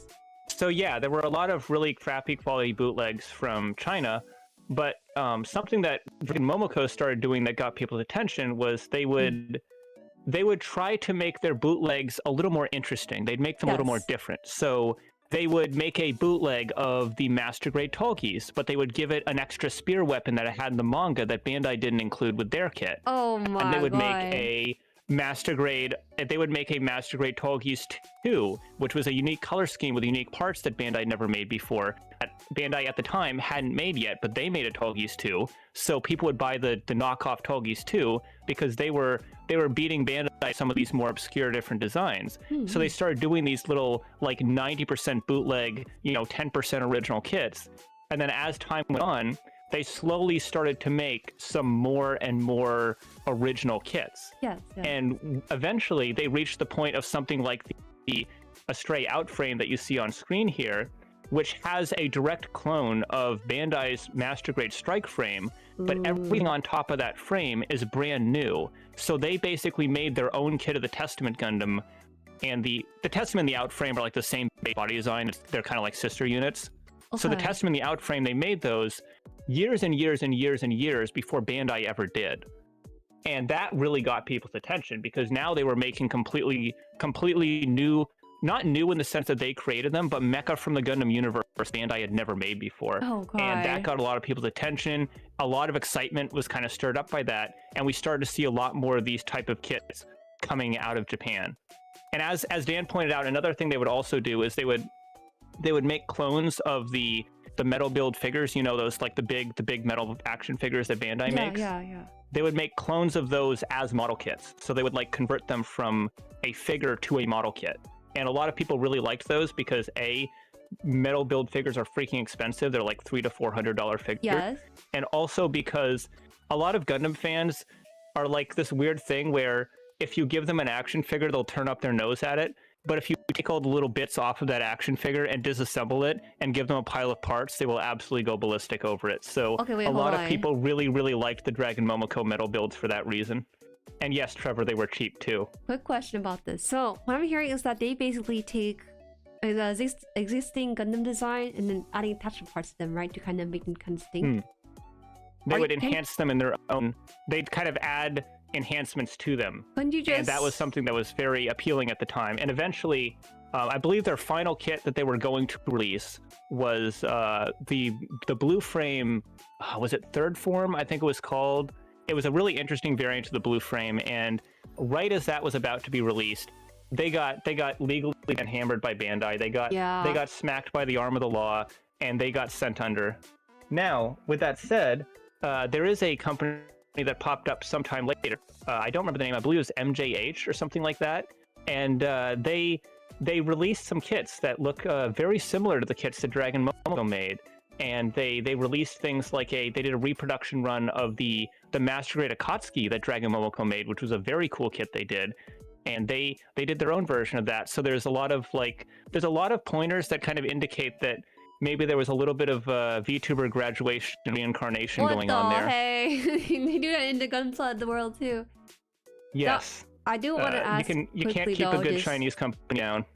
Can't you just like buy a Dragon Momoco kit and then just remove the attachment part and just have the actual kit itself then? Like the And actually some people would do that. They would buy because especially since they were bootleg kits basically, they were so cheap that you could buy the Tolgis with the spear for like $25. Oh my god. And just pop the spear on your existing Bandai Tolgis.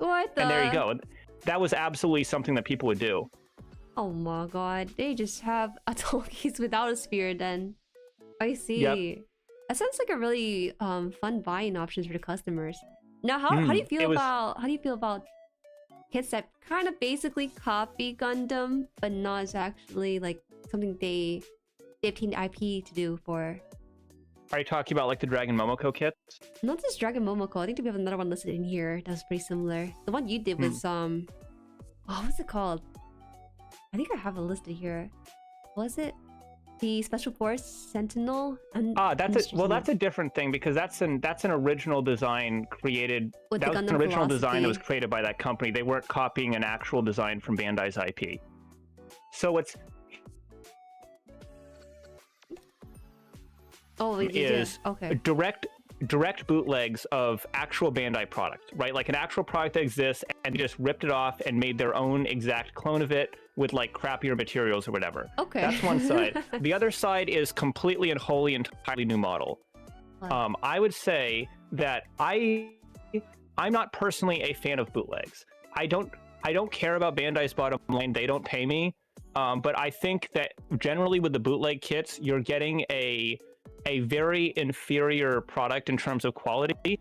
And if it's worth saving like $15 to get the bootleg for you, I guess go for it. But especially if you're in America, because you have to import the bootlegs from China anyways, the price at the end of the day gets so like closely equalized to the official Bandai price that it just doesn't make a lot of sense to buy them. Some people do like buying those bootlegs if it's something that's really rare.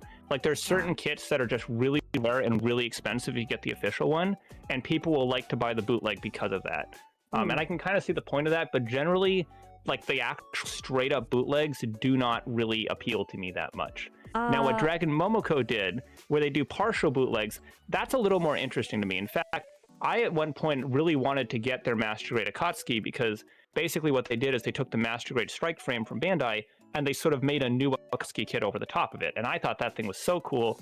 I wanted to get one. Unfortunately, I was not able to nab one before they got taken down, but maybe at some point I'll pick up the MJH version. But I think that is the point at which they start to kind of interest me, is when they start adding like new and they add something special to the kit that you can't just get by getting the Bandai version.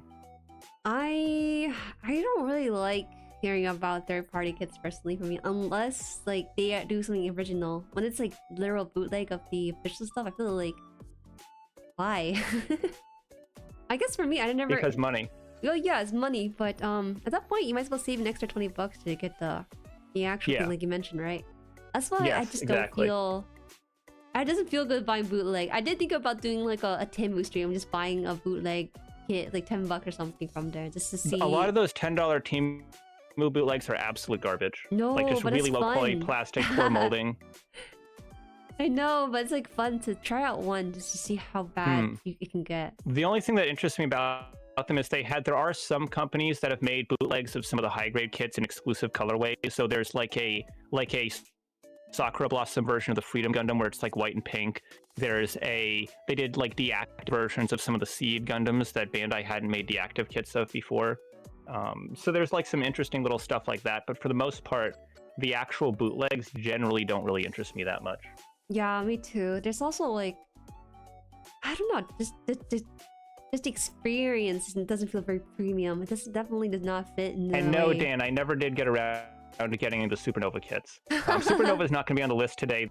They're a company that I believe is defunct now, but they they were a quick follow-up to Dragon Momoco that made wholly original models based off of actual Gundam designs. So they would do like a heavy arms kit that was, 100% heavy arms. It was the actual heavy arms design from the Gundam anime owned by Bandai, but not a single inch of the model kit was copied from a kit that Bandai made. They basically made their own heavy arms kit. See, yes. Actually, Supernova was something we considered putting on the list, but I kind of just took it out. We kind of cut it for time because they're not as relevant nowadays since I don't believe they're around anymore as a company. Also, it's kind of actually very hard to find Supernova kits, distributors for it.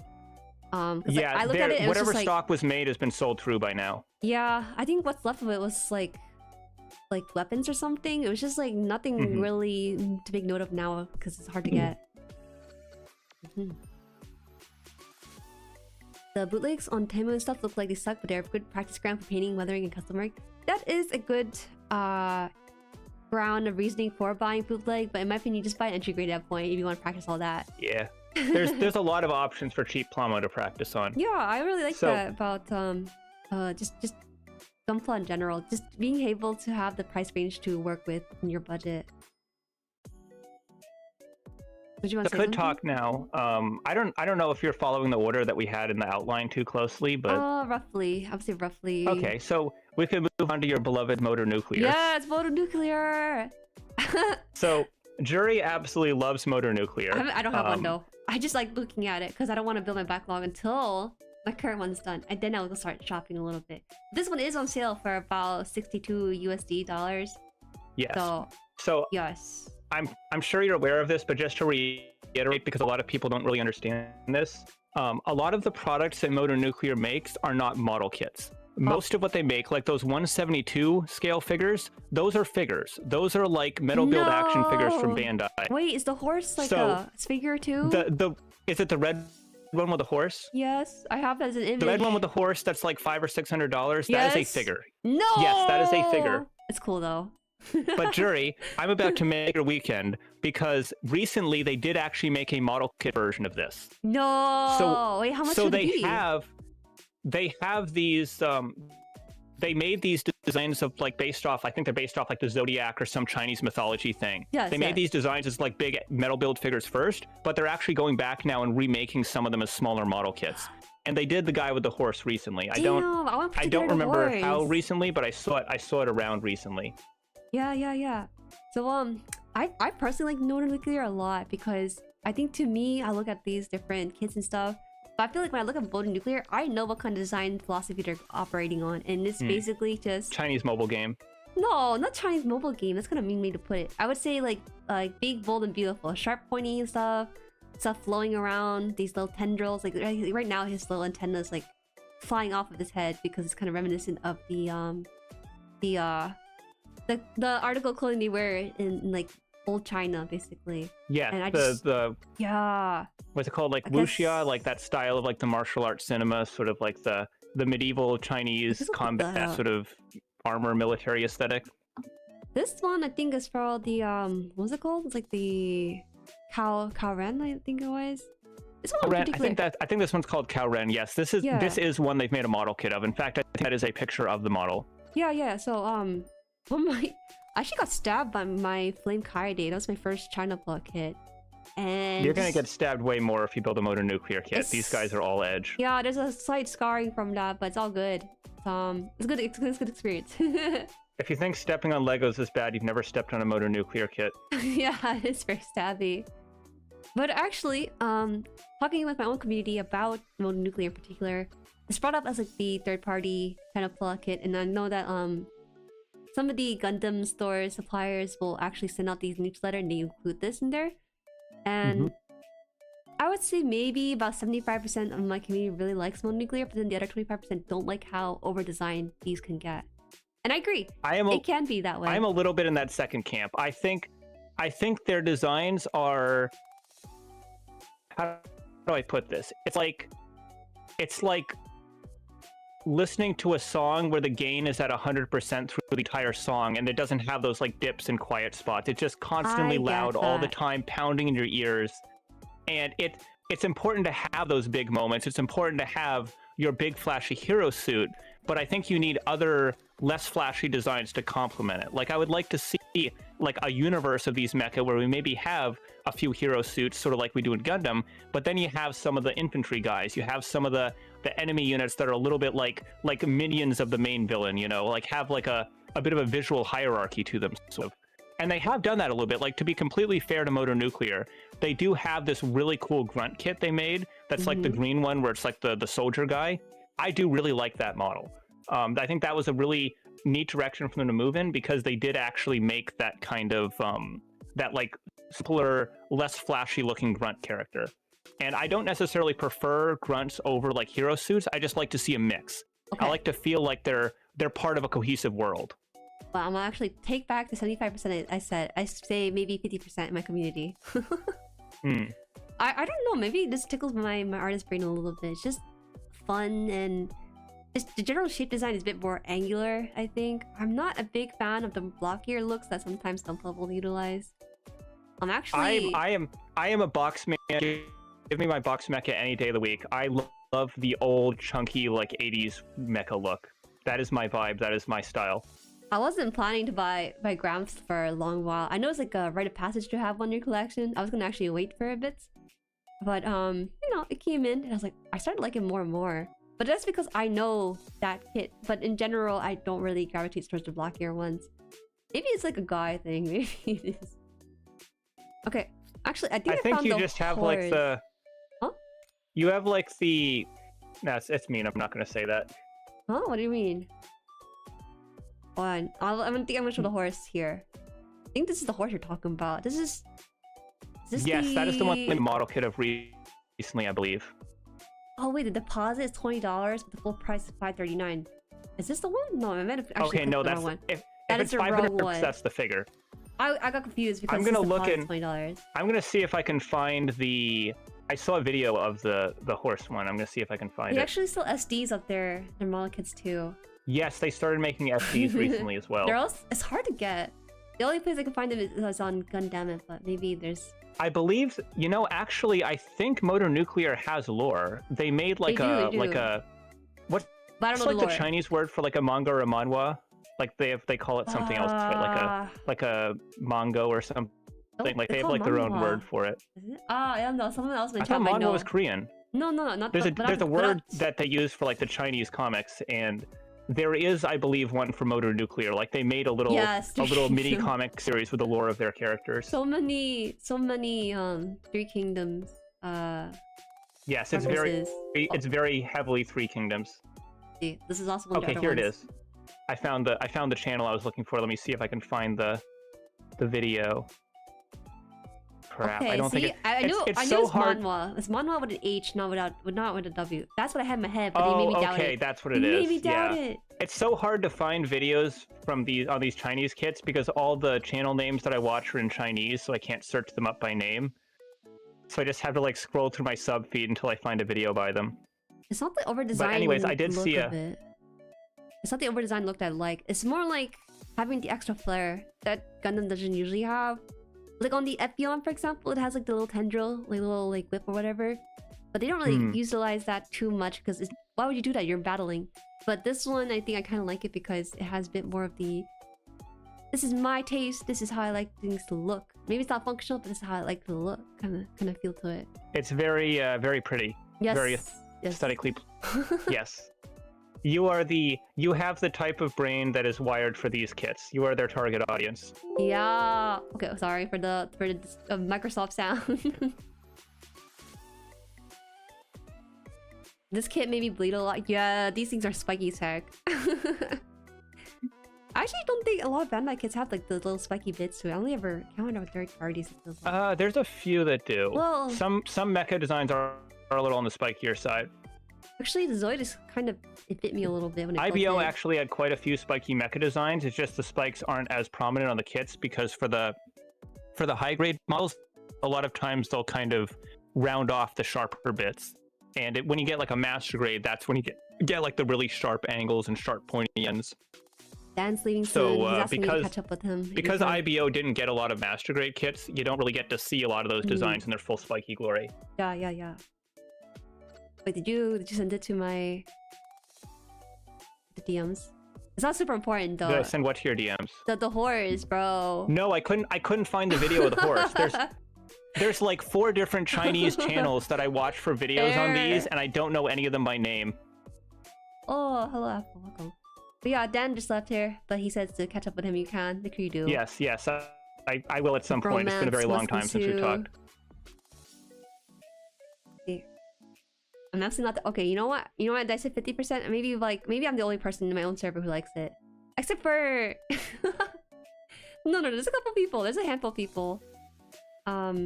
Even in any time I see like reviews of these, like 80% of the comments is people saying these are cool, but I'm kind of getting tired of this look on every single model from them. Okay, come on. You can buy other kits too. Buy them.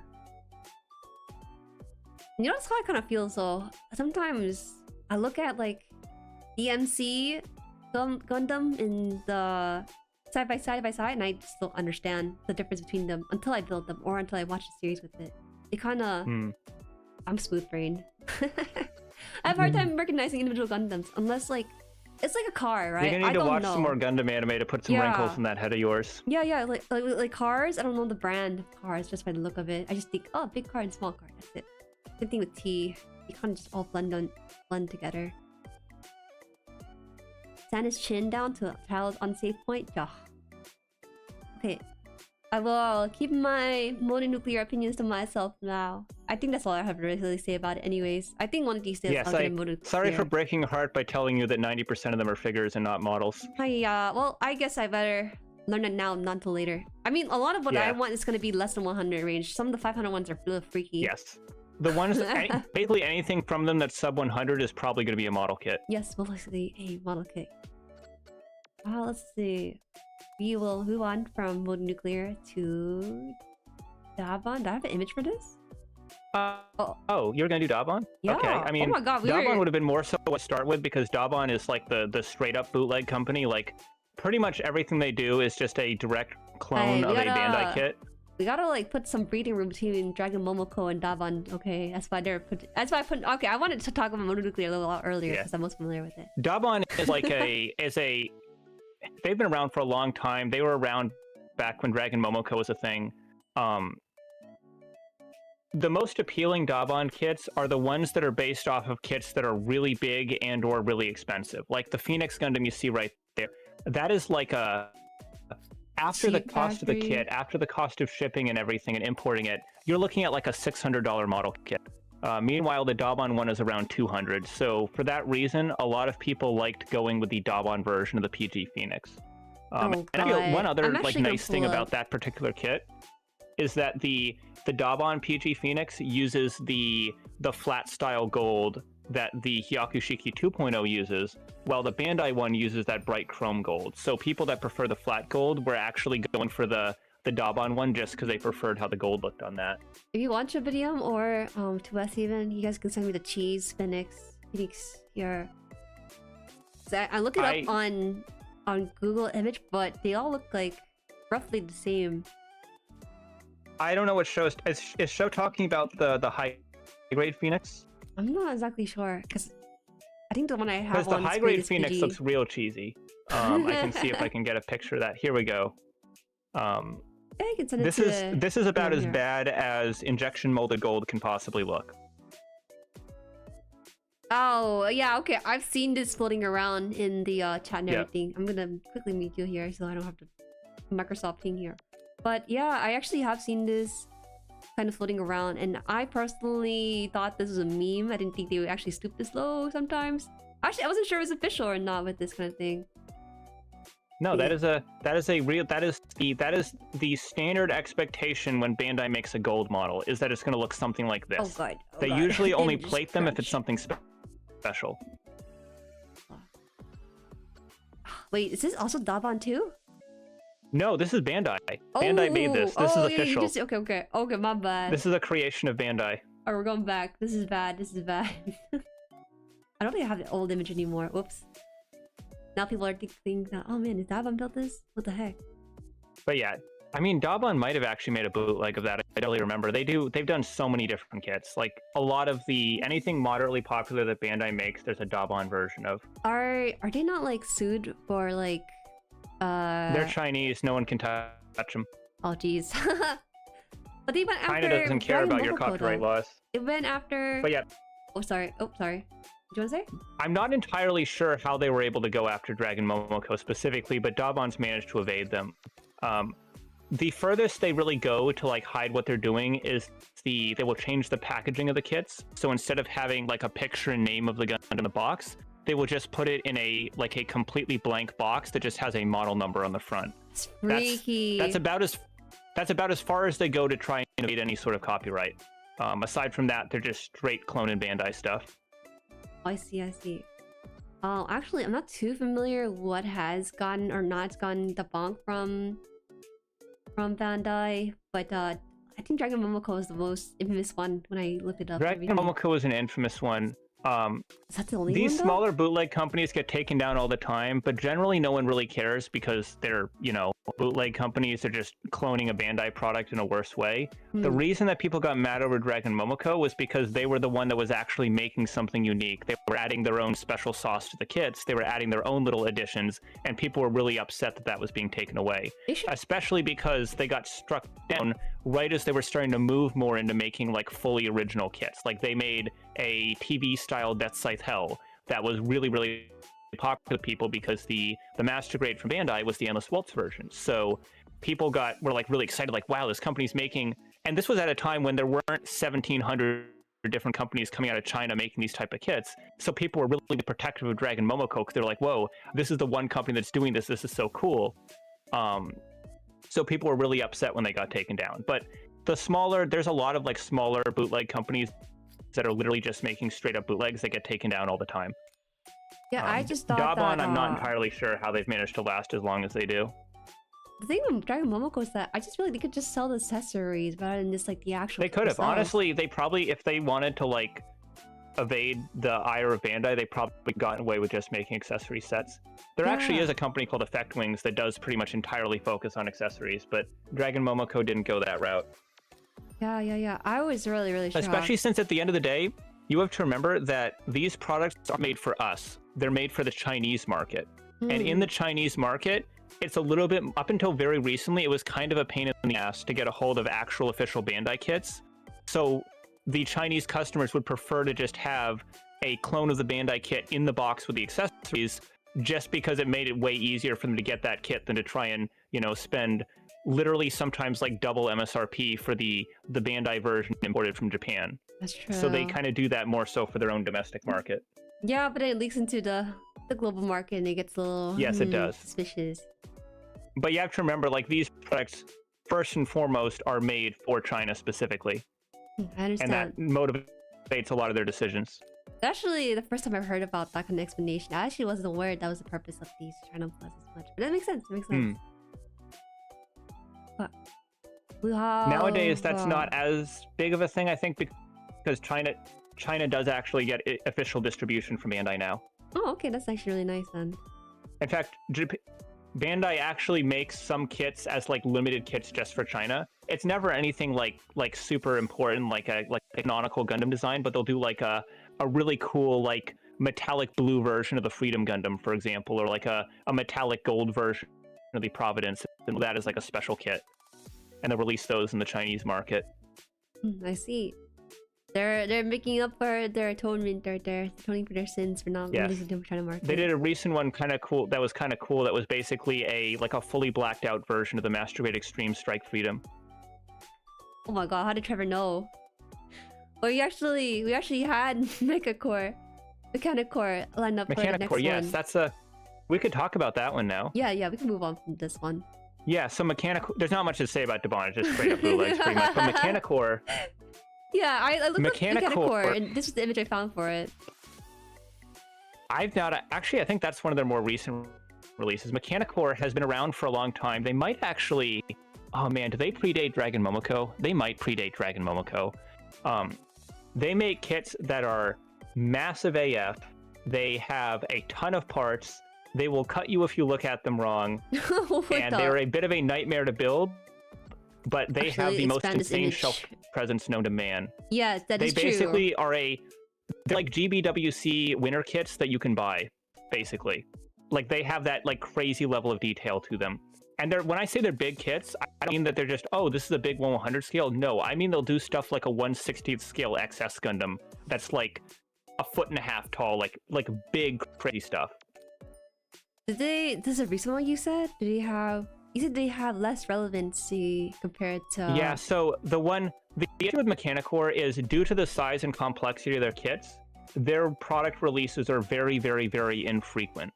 So this one they showed pictures of quite a while ago, and we haven't really heard anything of it since then. The last one they released before that, I think they showed the initial prototype images 3 years before it came out or something, so they have a very long turnaround time for when they actually release stuff, so they kind of get lost in the shuffle of everything. They're not completely inactive, but now that there's so many other third-party options now, not as many people get excited over Mechanicore. Are these like more akin to like master grades or something? Or I would say they're beyond master grade. They're closer to perfect grade. There is one image I do have here opened up on the Gunpla subreddit I can pull up.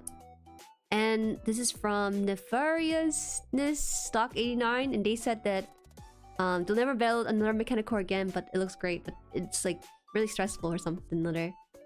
Is it because like the time it takes to put them together, or is it something else that takes? It's the fitment of the parts is nothing like Bandai's. Oh god. You have to basically squeeze everything together with enough force to create a black hole. Yep, this is here. And you have to look at how sharp and how edgy so many of these pieces are. These are kits that are physically painful to build. Your thumbs will bleed by the time that you're done with them. This is freaking me out. I don't think I could buy a Mechanicore for myself ever. This is one of the only model kit brands where I have very regularly seen people sell these things not unbuilt, not fully built, but half built. I have seen so many people give up on their Mechanicore kits halfway and just sell what little progress they made on them because they are just not a particularly pleasant experience to build. Now, if you love the finished product, it can be worth the pain for you, but for a lot of people, they end up folding. Wait, are these prices correct though? They look like they cost more than like a PG, like a Bandai PG. Yeah, they're a like few $100s usually. They're quite a bit above it. I've seen above 450s, but their price range is. Honestly, if you paid that much, you better be taking that to daycare by the time you finish with it. Yeah, they better be. They've got like little metal etch parts they use as well. So you got little sharp little slivers of metal you got to deal with too. They're challenging to build in a way that is less so. It's not so much I don't consider it a test of the modeler's skills so much that it is just a demonstration of the lack of skill in finishing on the parts of the people who made the model. I think they go beyond like kit that is like kit that's designed for experienced modelers and into the territory of just badly designed kit, in my opinion. Oh, no, it's a bit of a shame. But to be honest, their price point is definitely for like someone who has a little bit more spending money to build their popularity comes from the fact that they're incredibly large, they're incredibly complex, they have a legacy that stretches back before a lot of these other companies. So if you were someone that wanted these types of big, incredibly complicated model kits, there was a long period of time where Mechanicore was your only option. A lot of their reputation comes from that. It's a little freaky to me, man. That's pretty cool though. I mean, I personally, I think I wouldn't go beyond PG in price. These are just like, you can buy so much more master grades, high grades, all that stuff compared to this. But you know, the build time for these are much longer and stress-inducing. Well, looking at the general catalog for Mechanicore, I don't think there is one that is like my taste in a build or anything. Is there one that you think? Most of what they have made are like older Universal Century designs. Yeah, they're a little bit bulkier too. So, like I said, they tend to make they are targeted at the type of people that like those super big, complex GBWC winner type kits. And I don't know how familiar you are with the GBWC, the Gunpla Builders World Cup, but it's like this big official tournament that Bandai does for model kit builders. And in some countries, you see like different sort of aesthetic styles that people tend to prefer. But when you look at like the Korean winners and the Japanese winners, there's like a very there's a very specific style that maybe I haven't seen a lot of the recent competitions. Maybe they've kind of moved away from this, but the massive like cluster of like 700 different parts from 50 different kits in this big, massive human-shaped blob, and that was kind of a style that was really popular for a while. And Mechanicore is kind of for people that want something that looks like that, but they don't want to scratch build it. That's kind of what Mechanicore is for. The people that want that big, crazy, insane, hyper detailed, massive shelf piece, but they don't want to build it from scratch completely. That's kind of the Mechanicore audience. There's actually a clear version of one of the kits they have. This is called the Thief Strummer Expedition. Some of them, yes. I believe that was their Deep really Striker. Cool. No, it's cool though, but like, I mean, their price point. Do you think their price point is fair for what they offer? It's about like, you know, if they're 500. It's the kind of product where if you're in the market for it, the price doesn't matter. Okay. Like, it's made for the people that just want the biggest, coolest Gundam no matter what, and are willing to do whatever it takes to get it. So I feel like talking about value with Mechanicore kits doesn't really apply. Is that so? I mean, it correlates with how much time you spend on the kit itself, right? And I can they're not a kit that I would generally recommend to people, because the type of person that should be building a Mechanicore kit already knows they want a Mechanicore kit, if that makes sense. Like, you shouldn't sell someone on them, because if you have to be sold on it, it's not going to be a good fit for you. Yeah, I would say so too. I don't think I would ever do this. How long would you say the build is, you think? Oh, I've seen people work on one of these for a year. Oh god. Oh, these are... And that's people that build it in normal speed, not a Jueri speed. Hey, man. I built pretty... relatively fast. I've been watching the Gundam 2.0 streams. I know how fast you build. No, I do build fast. It's just that these Gunpla streams are a little bit longer because I'm yapping too much. But if I'm quiet and just working on it and don't have to worry about anything else, it's a little faster. Streamlined and everything. Yeah, but show this is the clear version. Yes. Just a... That is their XS Gundam. That's one of the more popular models. I found that the clear option tends to be a really unpopular choice for a lot of people in the Gunpla community, at least in mine. When I built the clear version of the bigger view from Mercury, people were like, it looks a little cheap, you know, it's that. I like clear kits personally. I think it's especially cool when it's a bigger model like these Mechanicore ones, where the armor being clear serves the purpose of like showing you the internals underneath. I think those can be really cool. But in general, I usually am only interested in clear kits of models that I already have a normal version of. Yes. I would never buy it by itself. That's a little bit weird to me. But well, I do have a couple clear kits that are of models I don't have a normal version of. Those were all kits that I either received as a gift or for some other reason they like reached my collection outside of my control. Like, I didn't actively choose them. So that's why there's a little bit of a disconnect for that in my collection. But generally, if I'm actively going out of my way to get a clear kit, it's of something that I already have. I think the clear version of the Re-100 Ifrit looks absolutely gorgeous. But I'm only interested in it because I have the normal version of the Ifrit already. Yeah, the high grade clear I totally understand is you can't really see the parts inside, just a gimmick at that point. But... yeah, the clear color kits are mostly made as souvenir pieces. They make them for conventions or the Gundam base as a cool little unique exclusive you can buy and add to your collection, more so as like a memento of the event than as a particularly cool display piece. You know, it's funny because this specific clear kit we have on screen is actually like, I want to say about $100 less than the actual kit it's based off of. Like, yeah. I don't know if this is the case for this one, but sometimes I know Bandai, for some of their very large kits, if they do a clear color version, sometimes they will make the clear parts as an armor conversion for the base kit. So, for example, there's a clear version of the Perfect Raid 00 Riser where it's just the armor. So you buy the armor set for your pre-existing Perfect Raid 00 Riser, and then you swap out the opaque armor with the translucent armor. Ooh, okay. That could potentially be what's going on here if there's a big price difference between them. Is that right? Like, this might just be an armor conversion for the base kit. They got so many different versions of the same kit. Maybe it's not what I think it is, but... yes. Because if you were making a model this elaborate, you would want to get your money's worth out of it too. Yeah. Put it out there in every colorway you can, many editions as you can. It's true. They got like the premium camouflage blue version of the... Actually, they have a couple of things in there. The Thief Strummer, I think, is what this is based off of. Hmm. The Thief Strummer is what they call the XS and Deep Striker line. Blue armor type? What does that mean by that? Blue armor type? Actually, I take it back. They're the same price. I think the... I don't know, but there's... I don't know. It's confusing. For this particular Gundam, the blue armored version is the canon design from Gundam. Okay. There's a red version of this with a bunch of other add-ons called the Deep Striker. Wait, actually, the clear, the blue, and the red are all the same price. I take it back. The reason why there's like different price that makes sense. for another kit. It's probably not a conversion kit then. Yeah, there's a different price because it's something about the project.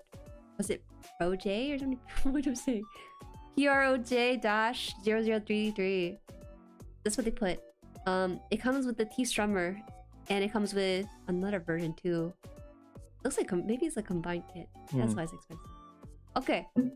Generally, Mechanicore is one of those things where you admire them from a distance, but I would generally not recommend that someone builds them. I don't know if I could admire them from a distance. This is like way more hardcore compared to Modern Nuclear, in my opinion. Like. Yes, this is about as far in that direction as you can possibly go. At least Modern Nuclear has flare. These are... Oh, Trevor clarified it. There's two different sizes for the teeth. There's two different sizes for the teeth. Oh, good. That makes different sense. Scales. That makes sense. Thank you for that clarification.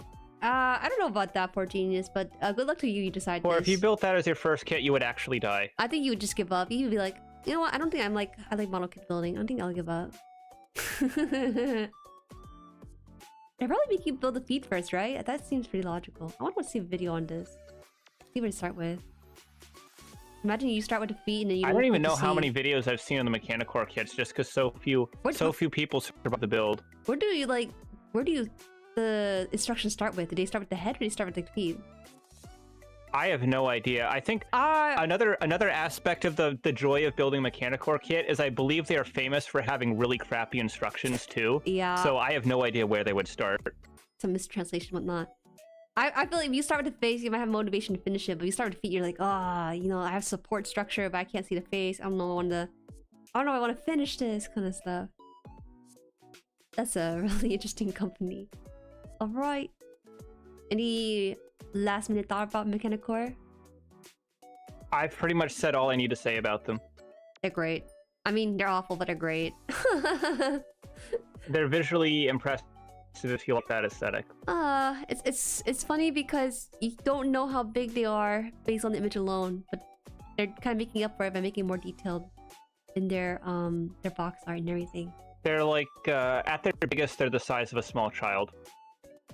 Jesus Christ, that's pretty big. It's your baby in every sense of the word. Jesus. Potentially taller than you, given the allegations. No, I'm actually not even gonna argue with that. It might just be. Okay. The next one, I don't know if this is like a company or something. I have actually, you know what? This wasn't Mechanicore, but I have seen some I would say company, but I think it might have just been like an independent garage kit project. There was at one point available on the internet a resin kit of the XS Gundam, which is that design there, that was actually genuinely taller than you. I believe it was like a 5 or 5.5 foot tall XS Gundam. Jesus Christ, bro. That's actually, I could actually pilot that. Yeah, I don't know. I think it was technically mass produced in the sense that I believe more than one was sold, but it was a very very limited item, and very few people had the skills and abilities required to make it. It's enough plastic to pollute the ocean a second time, man. A 5 foot tall Gundam? That's gonna be fun. Maybe some like rich person living in the mansion would have something going on with it. Alright, so you kind of could use it as like a man to store your clothes on. Like a coat rack or something? I don't think it's gonna be that stable. I don't trust these things to be that stable. They're meant to be posing, not to be used for things.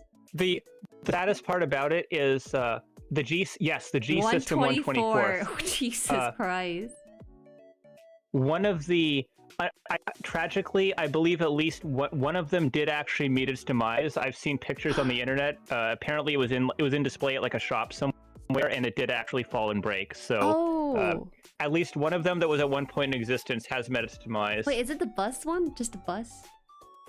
No, it's a full body. It looks like a grown-ass man. So, but there are busts available at that scale. You're gonna have to send me images of it because all I see is just a bust online, like just the head and neck and a little bit of chest. Yes. Let me spoon feed this to you real quick. I see the head. Oh, here it is. Wait, okay. No. Right? It's just a head. That's 1/35th scale. Oh. This is 1/35th scale. That's not the full-sized one. I was like very close to the size of a human. Now, to be fair, it might have been a very small person standing next to it, but I know he doesn't look like a small person. I'll show you guys. I know I've seen this. I'm so positive I've seen this, but I can't find pictures of it right now. Oh, before we talk about SNAA, let me just pull up the Mechanicore picture here and change that image real quick. Oh, where's it? Is this the one you sent, I think? This is the one he talked about, and the one he sent in DMs and everything. Yes, that's the 1/35th scale XS Gundam. That's not quite as big as the one I was talking about. No, it's still pretty big. Hoa. Imagine you wake up in the middle of the night and that thing's just looming over you. Just standing on your chest like a sleep paralysis demon. Yeah, apologies to us, but my OBS did kind of restart itself during the entire stream. It said disconnect and reconnect, so we're good now though. That was very abrupt. It does not happen very often.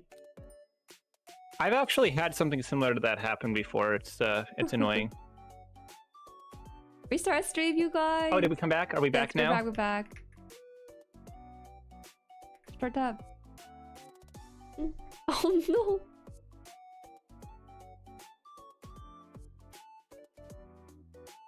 Ned says, imagine you wake up in the middle of the night and just in 4 pieces. What tipped it over to Ghost? Unfortunately, for like I said, for one of the people that owned the 1/24th scale version, that was not a dream, that was a reality. From what? Just tipping over in the night or something? I don't know. I don't know how it happened, but I saw pictures of it was one of these that was in like a display in a store somewhere, and at some point it toppled over and shattered. So is the pieces smaller? Smaller in general, or are they like bigger, large pieces of the version they're based off of? I mean, I don't think it's a matter of pieces being big or small, just the physical mass of it's enough to just shatter it. I'm just curious. I have no idea how big the pieces are. I've never seen the kit unassembled. Yeah. Freaky. You guys should build this kit and then post. We're talking about, this isn't like a model kit you find at your local hobby shop. This is one of those kits that you see pictures of in like whispers and rumors of on the internet. It's like the cryptid of the Gunpla world. I see. Okay. Well, Mechanicore, lots of cool things with that one. Now we have what is this? SNAA. SNAA in Europe. Is that an SNAA kit? I don't recognize that one. That might be a new one. Hold on, let me double check on it. You can double check on me on this one too. But this is what I found a lot with this company. I felt this one was kind of similar. Well, I like this one personally. What's this website called? So there's a lot of different hobby. Mofio is the name of the website. Let me see if I can find something here. But this is a company that I'm particularly interested in. I think they make very cool looking kits. They are. When we were talking before about the spectrum from like full bootleg to fully original kit. SNAA and In-Era Plus, which are the same company. It's one of those situations where the same company kind of uses different brand names, but they're the same people, basically. In fact, you can actually find the same product under different brand names depending on what site you look for it on. But they are far on the other side of the spectrum. So they make original mecha designs that have sort of adopt the Gundam aesthetic. No, this is like... So they have the aesthetic of Gundam, a step down from but they don't nuclear. necessarily... See, you're looking at one of the more extreme ones. Let me show you something else by SNAA. I'll pull the Chrome tab for this one because I think you guys should see the rest of the gallery at least. Also, by the way, show video. This is actually $32 USD supposedly. So, pull up the Chrome tab. In-Era Plus has some really cool kits. Let me see if I can find the picture of the Thunderbolt because that's the one that I'm particularly into. It's interesting because you can almost smell the Strike Gundam on it, but it really doesn't borrow that much from an actual Gundam. Okay, pictures in the DMs. Picture in DMs. I think I might also run into it. Just opening up the Chrome tab. Yeah, it's literally it's right there. Second row on your screen on the second to the left. Second to the left here. Yeah, so that's the NR Plus Thunderbolt. What I really like this. But this is actually really nice. I think this is something where I could see myself just having a tab open for this. What I like about it is it's detailed, right? It's elaborate, it's complex, but it doesn't have... Oh, and that last one there, the very one at the bottom, I love that one too. I like this one too. I like that they have more of a traditional Gundam aesthetic than the like Chinese warrior aesthetic that Motor Nuclear has. Don't make fun of They have the high level of detail. I like the high fantasy but they also look like something that could almost exist in the Gundam universe. Pages loading. Okay, there you go. This one, you know, like I could see something like... Okay, that's Hunt and Kill. That's a different one that they've made. That one's kind of cool too. Wait. I gotta say something. Like this looks like the one the cup you grew up with in classroom. It's like the blue and magenta cups that they sometimes make. You know what I'm talking about? Like the paper cups? Yeah, the paper cups. It has like this kind of color palette to it. With like the vaporwave decorative pattern on them. Yeah. Vaporwave. It's just a scribble.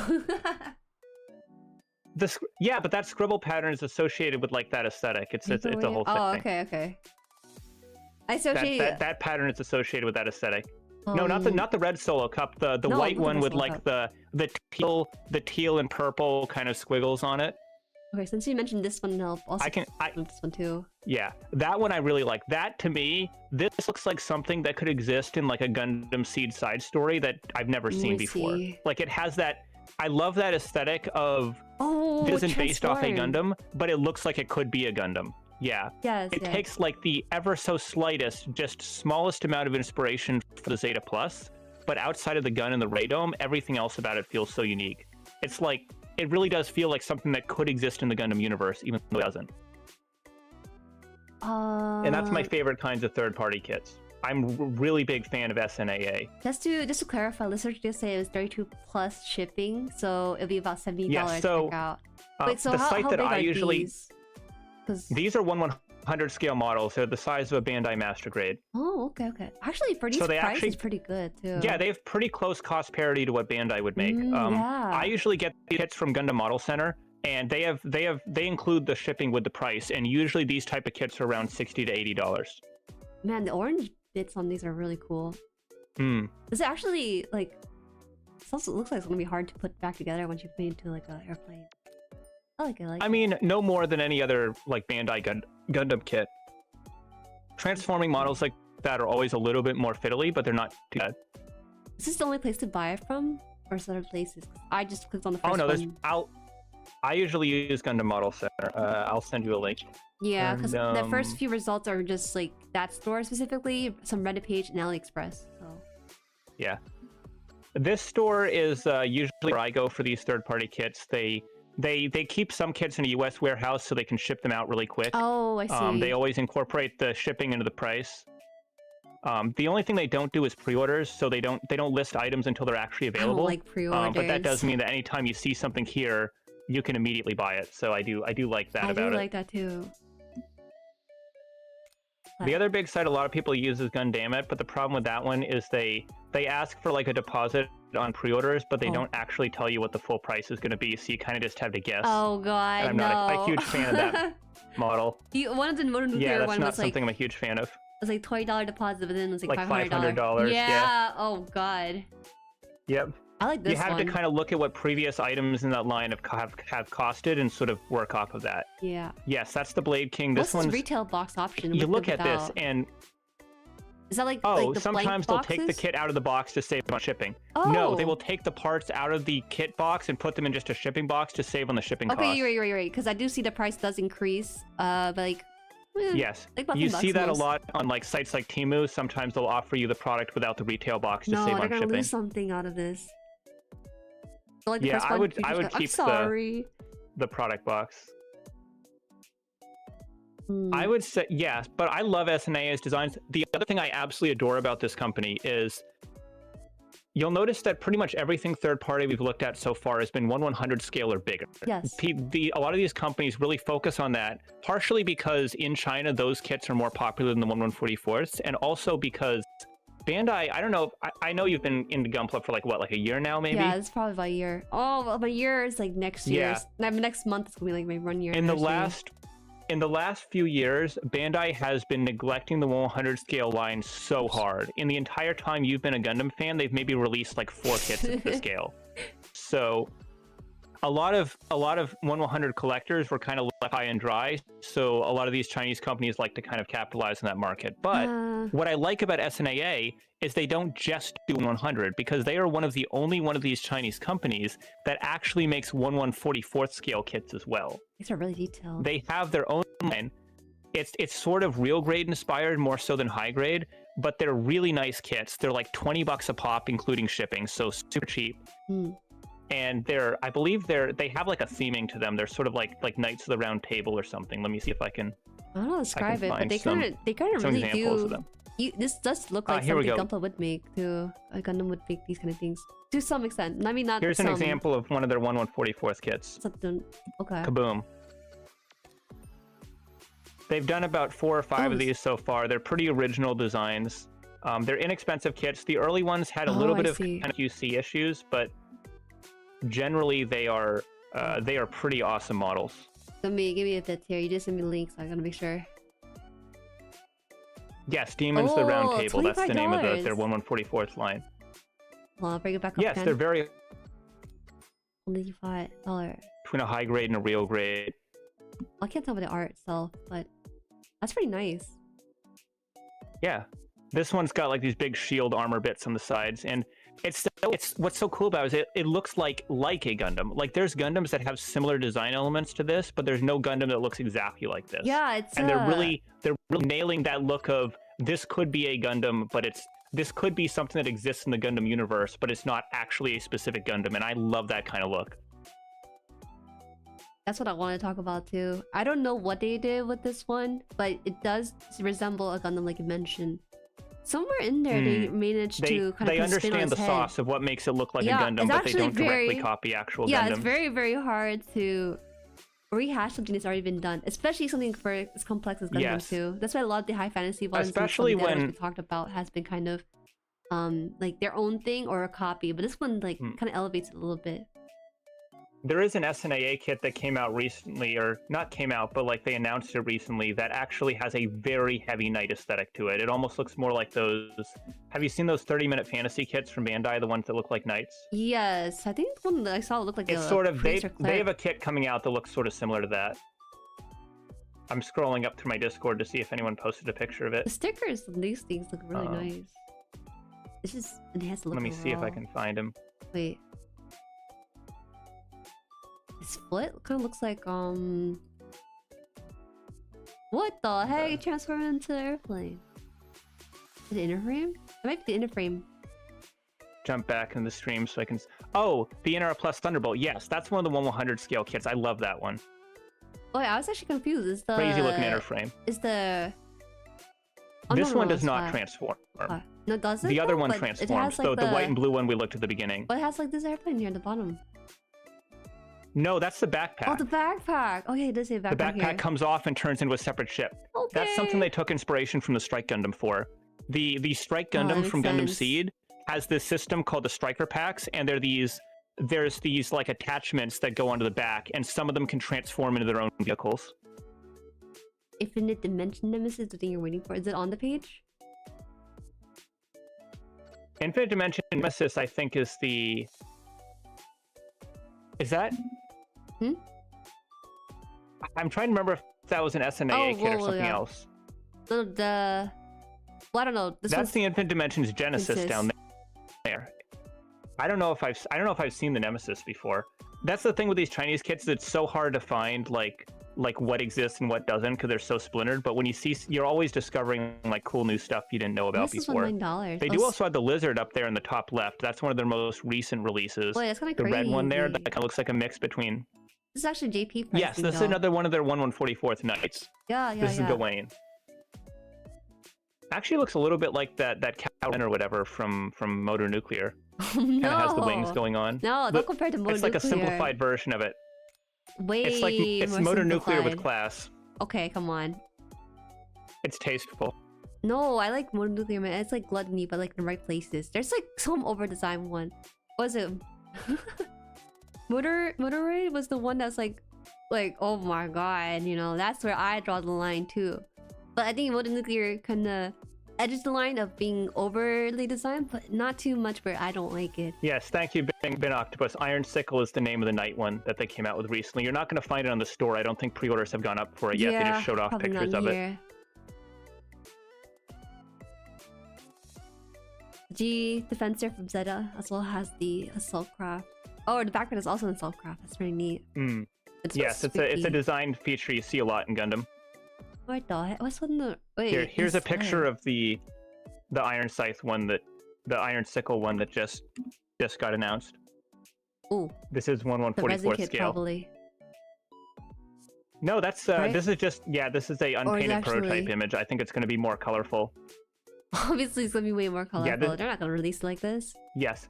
Well, I wasn't sure at first because I could see them doing like an all-silver knight armor kind of look, but no, they have shown off their previous kits in grayscale before.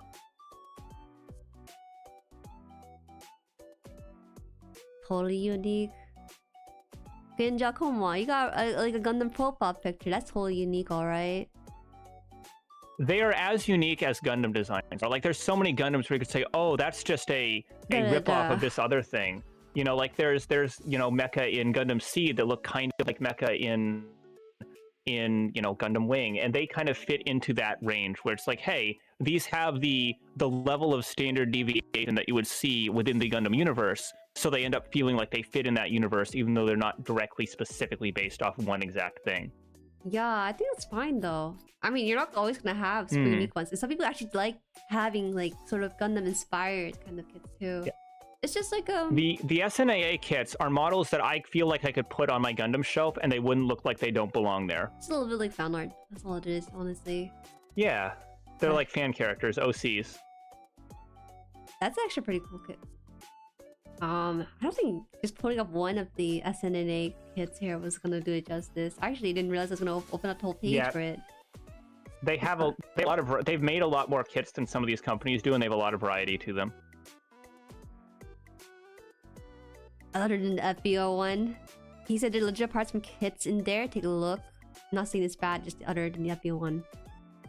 Yes, there are a lot of little tiny details and elements that are inspired by Gundam, and I think it's great that more companies are using some of those in their designs, because there's a lot of like just generally like generic mecha design elements that people associate with Gundam just because Gundam is the only thing that still exists within that style and aesthetic. And there's things that you think of, oh, that's an element of a Gundam that have actually existed on many other non-Gundam mecha in the past, but people think of them as specifically being Gundam now. And I think it's a good thing that they're appearing on more non-Gundam designs, because it kind of normalizes them as general mecha elements and people stop thinking of them as specifically Gundam things. I kind of think of it like I'm not a fan of like, there's a whole like swath of real robot design that has kind of been absorbed by Gundam and people just think of it as Gundam. So I like seeing more designs kind of exist within that space to kind of spread out that sort of aesthetic a bit more, so it's not just a Gundam thing.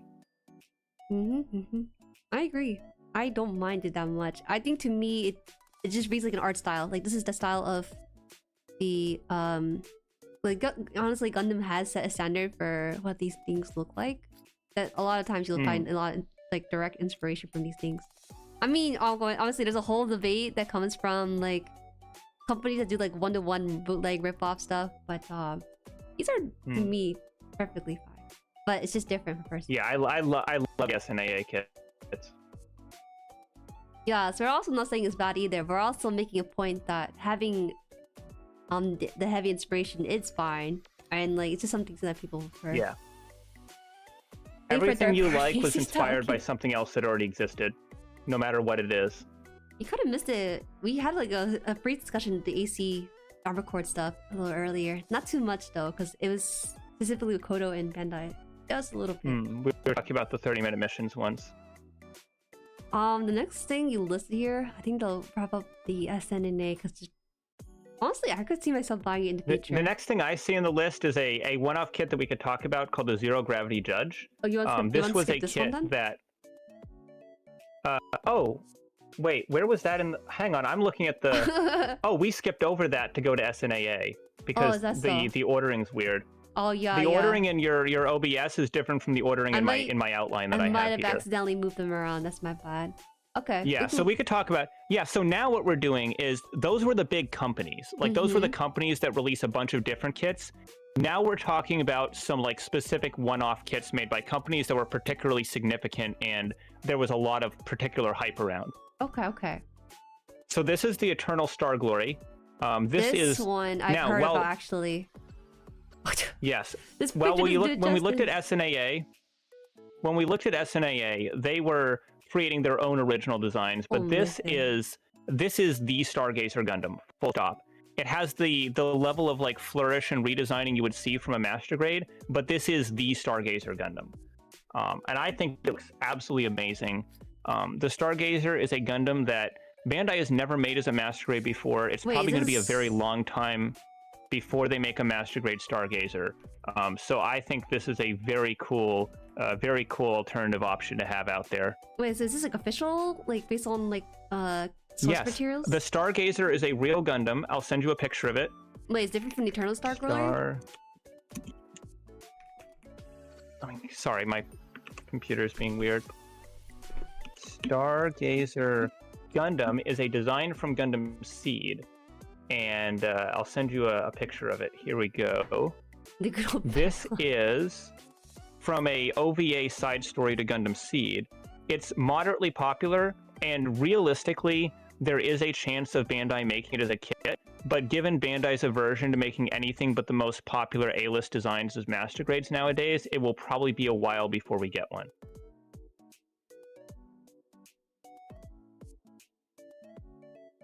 Wait, give me a second here. Let's see if we can get a different image for this. This was a little bit hard to see on screen, I feel like. Yeah, there's pictures that show off the ring on the back better. Like that one, perfect. No, I don't know why it's like so small here. God damn it. Why are these images so low res? This is from Gundam Planet too. Oh my god, sorry guys, this is horrible. Maybe this one will be bigger? It's a JPEG, that's why. That looks, honestly, that looks okay enough to me. And now it's big. Oh my god. Okay. Oh, this is even better. Alright, let me just shrink this down. There you go. Oh my god, the ring was there we go. That's decent. Huge. That looks decent. Yeah. So that's the Eternal Star Glory. Yes. They changed the name, but if you look at the picture of the Stargazer that I sent in your DMs, it is indisputably 100% this Gundam. Well, the leg's slightly different, but they're iconic. The level of it's definitely the level of deviation from the design is within the parameters that Bandai deviates in their own kits. There are real Master Grade kits that look less like the model they're based off of than this does. Yeah. Let me show you guys. This is like a Bandai level of redesigning. But it's like redesigned better, I think, in my opinion, like a direct upgrade. This is definitely how a lot of like Bandai Master Grades look. Let me show you, like, for example, tall image. Oh my god, he's a tall boy. That looks vastly different. Yes. Can I go back to the other image? Will that blow up the image? That's the level of redesigning you do actually see from Bandai kits. Like if you look at like the MGX Strike Freedom, for example, and you compare that to the line art design for the Strike Freedom, there is a similar level of redesign. You like the kit more? I was actually DM'd by my childhood friend. She's like, "Oh my god, Jueri, you like this one? Star Glory has like your little nighttime motif." And she sent this to me and had like the really cool ring and stuff. There's really cool custom people did with it, like adding in lights and LEDs to the ring itself. So, for example, of how much Bandai will redesign kits sometimes. This is the official design for the Strike Freedom. Yes. In the anime, and then this is a Bandai kit of the Strike Freedom. So they are willing to deviate from the design about as much as the company does. So I would say this is very definitively a Stargazer kit. No, they just basically took like the animate stuff very, very simplified for animation purposes. But then they start to go into these crevices, start adding things to it. Yeah, it's fine. I don't mind it that much. Yes, and that's very much what they did with Eternal Star Glory. Okay, listener, we get that you have 500. That is totally fine. I think it's cool. But this is what I would call. There's a lot of dispute between what is like a third-party kit, because third-party implies like, oh, this is a Gundam made by a different company. I consider Eternal Star Glory to be a third-party kit, right? It's an unlicensed, non-Bandai model kit of a specific, actual, real-life existing Gundam. Stuff like the SNAA kits, I don't really consider those third-party. Those are just general Chinese model kits. Same thing with Motor Nuclear. But this is definitively what I would call a third-party kit. Yeah, it's not a bootleg. It's a completely original model, and it's not an original design. It is third-party kit. And personally, I know sometimes for SEO purposes, I will call things third-party Gunpla that are not actually third-party Gunpla, but I only do that because that's what people know them as. I would personally consider this specifically to be an example of what I would call third-party. Agent makes a point that the Chinese really like the white and gold in their kits. I actually do too. I like gold that and red are very popular colors in Chinese culture. Just very clean. Very clean. Trevor made here's the thing, Trevor. That is the actual dictionary definition of those words. But if you look in any sort of like figure fan community, nobody uses those words that way. The generally accepted meaning of those terms is bootleg is a clone of an actual product, and third party is a new unlicensed product based off an IP. But yes, the dictionary definition is what Trevor said. Nobody really uses those words to actually mean that. So, no, especially if you look at like the Transformers community is a great example of this. There are thousands of unlicensed Transformers figures made by different companies in China. Everyone calls those third party figures. Yes, it's not the literal definition of third party, but that's what people call them. And that's generally what I refer to them as. No, that's the definition I know it by. I think I've been using it interchangeably though. I'm gonna be real with you, but I do know that tend to be like the more accepted terminology if you go by the dictionary and everything. But like you said, for SEO purposes. I'm a Transformers fan at heart. That was where I cut my teeth in the whole figure collecting scene. So even if that's maybe not what everyone thinks of when they use those terms, that's how I use them. And that's how most of the people I've been around all my life use them. I can't put both of the words in the title, man. I could only fit so many words before it gets cut off by YouTube and stuff. I think did I put it in here? Oh, the Moonlight version of this one? Oh my god, the name is really long. The Moonlight version is just, it has like a slightly different shade of blue. It's basically the same kit. Well, why'd you put this into here then?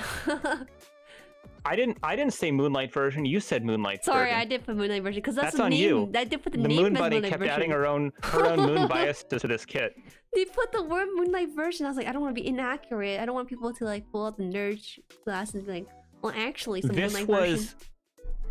There's been a recent resurgence of the popularity of third-party and Chinese kits in the last couple of years, and this was the kit that kind of kicked off that new wave of success. Like, this was like a big viral hype kit. Everyone built, everyone loved it, and it got a lot of people turning their eyes on these Chinese companies again. So this is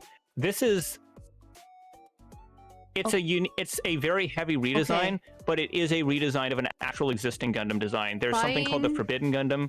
This is like definitely based off the Forbidden, but they've done so much to it, it almost steps over the line into being an original design. But I consider it to be a third-party Forbidden Gundam.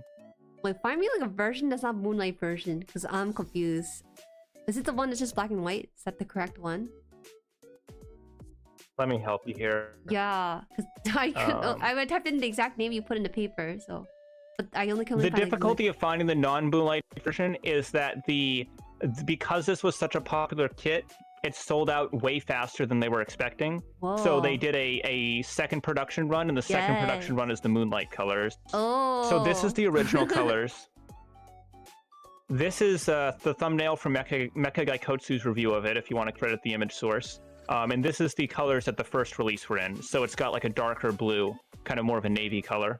Yeah, let's see if we can grab this instead of the more vibrant blue, the Moonlight version. tiny image though. Let me blow it up. It's not tiny, it's just layered behind everything. Or turned off, there we go. There it is. That's the non-moonlight colors. It's got the darker colors, the darker navy blue.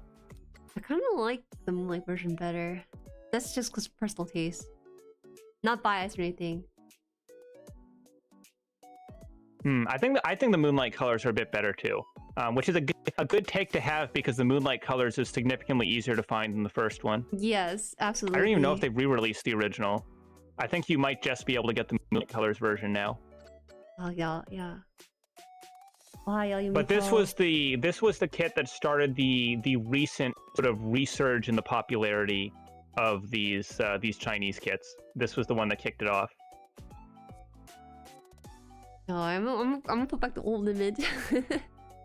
I like the old image a lot. But isn't the weapon different too? The moonlight version seems like it has a different weapon as well. It doesn't have like that sort of. It might have different weapons. It's hard to tell because I don't know this kit super well, so it may very well come with multiple weapon options. That's true. That's also a possibility as well. Jueri-san, ohayo. Ohayo, Yumiko. この人は私の友達いや友達ですOhio. お前は何ですかお前は何ですか Suesu desu. 2S Yes. This is my friend 2S. Yes, yes. Okay, 40. I got this. Don't need translation. やっぱり sorry, this is like super random, but I would like to greet Yumiko because she's very sweet at least. 今 is he 今9時20 9時20 Yes. Oh yeah, okay. That's all. That's all. 2S maybe wider than me. What the... Is that possible? Look, I can speak Japanese, I just can't do it off the cuff like that. I talked to him a little bit in Japanese. He needs like a little bit moment to switch gears a little bit there. I need to be in the mindset for it. Yeah. Oh my god, this shrunk when I did that. Why did it shrink?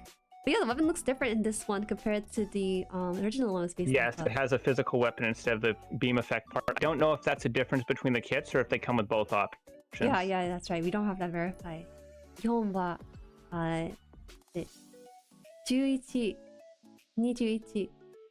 分です Oh, very early actually.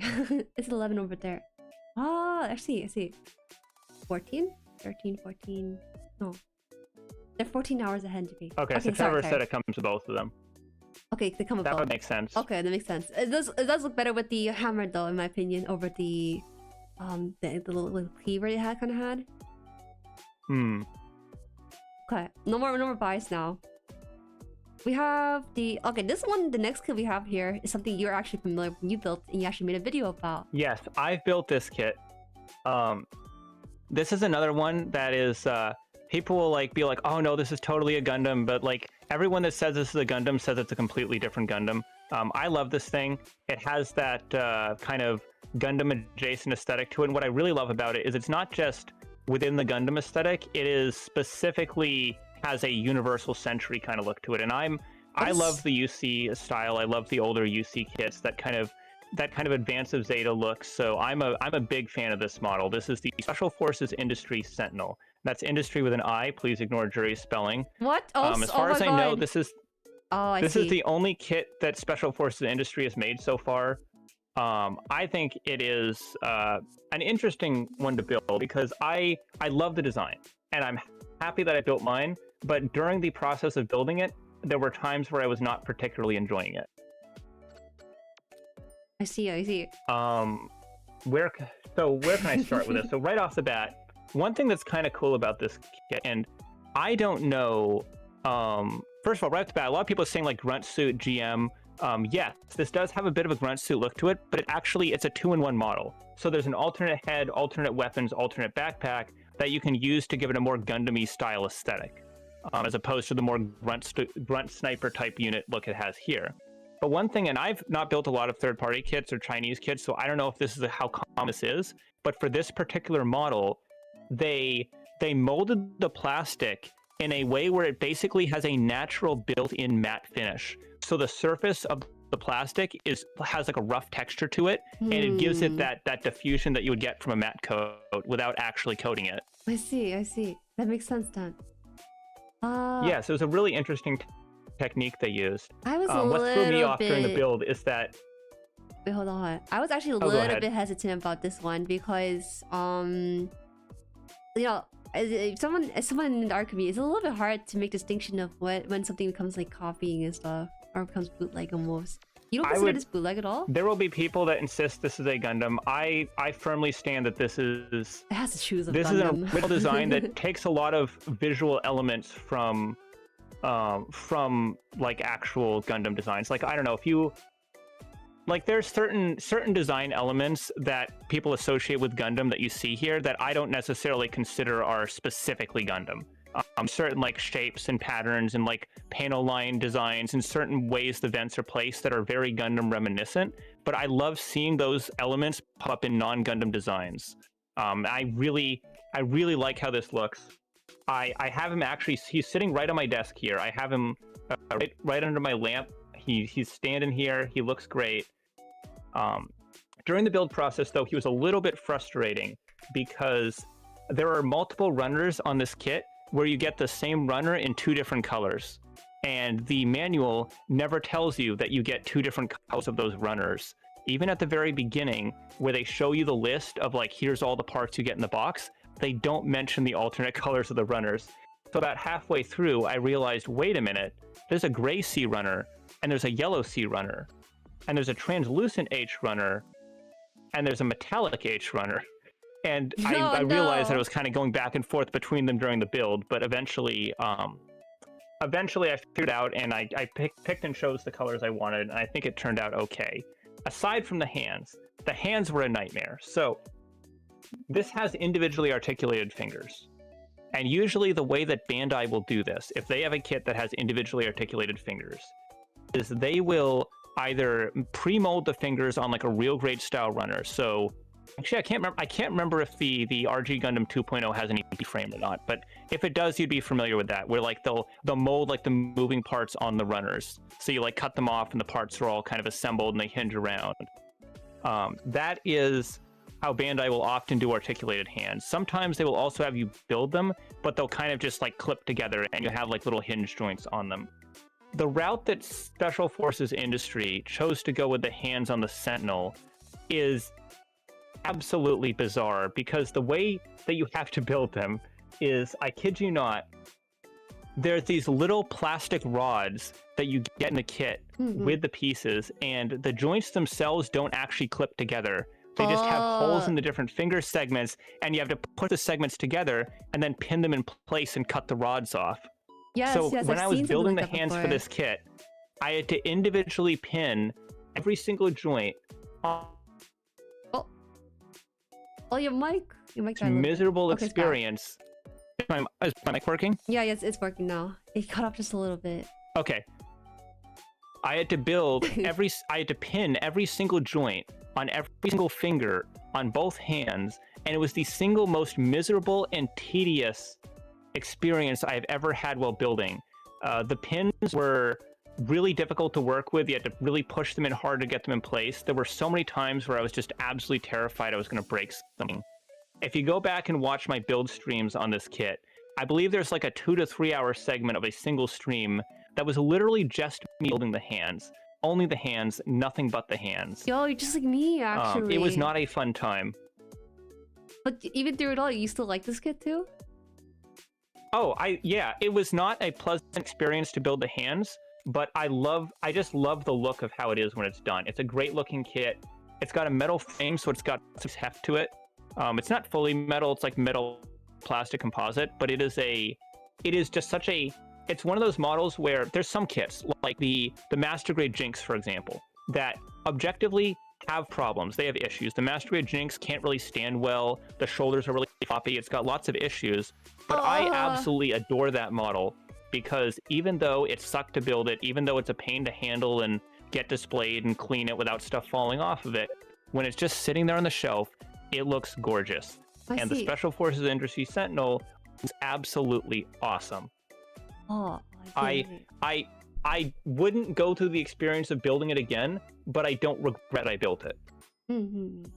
Wait, is this like just a single kit by this company, or is it actually multiple kits by this company? As far as I know, this is the only kit that has been released under this company name. Okay. It's highly likely that this is like a rebranding of some other company. Yeah. I would not be surprised if it was because this is too good of a kit to be someone's first attempt. I'm sure that there's some sort of rebranding going on here.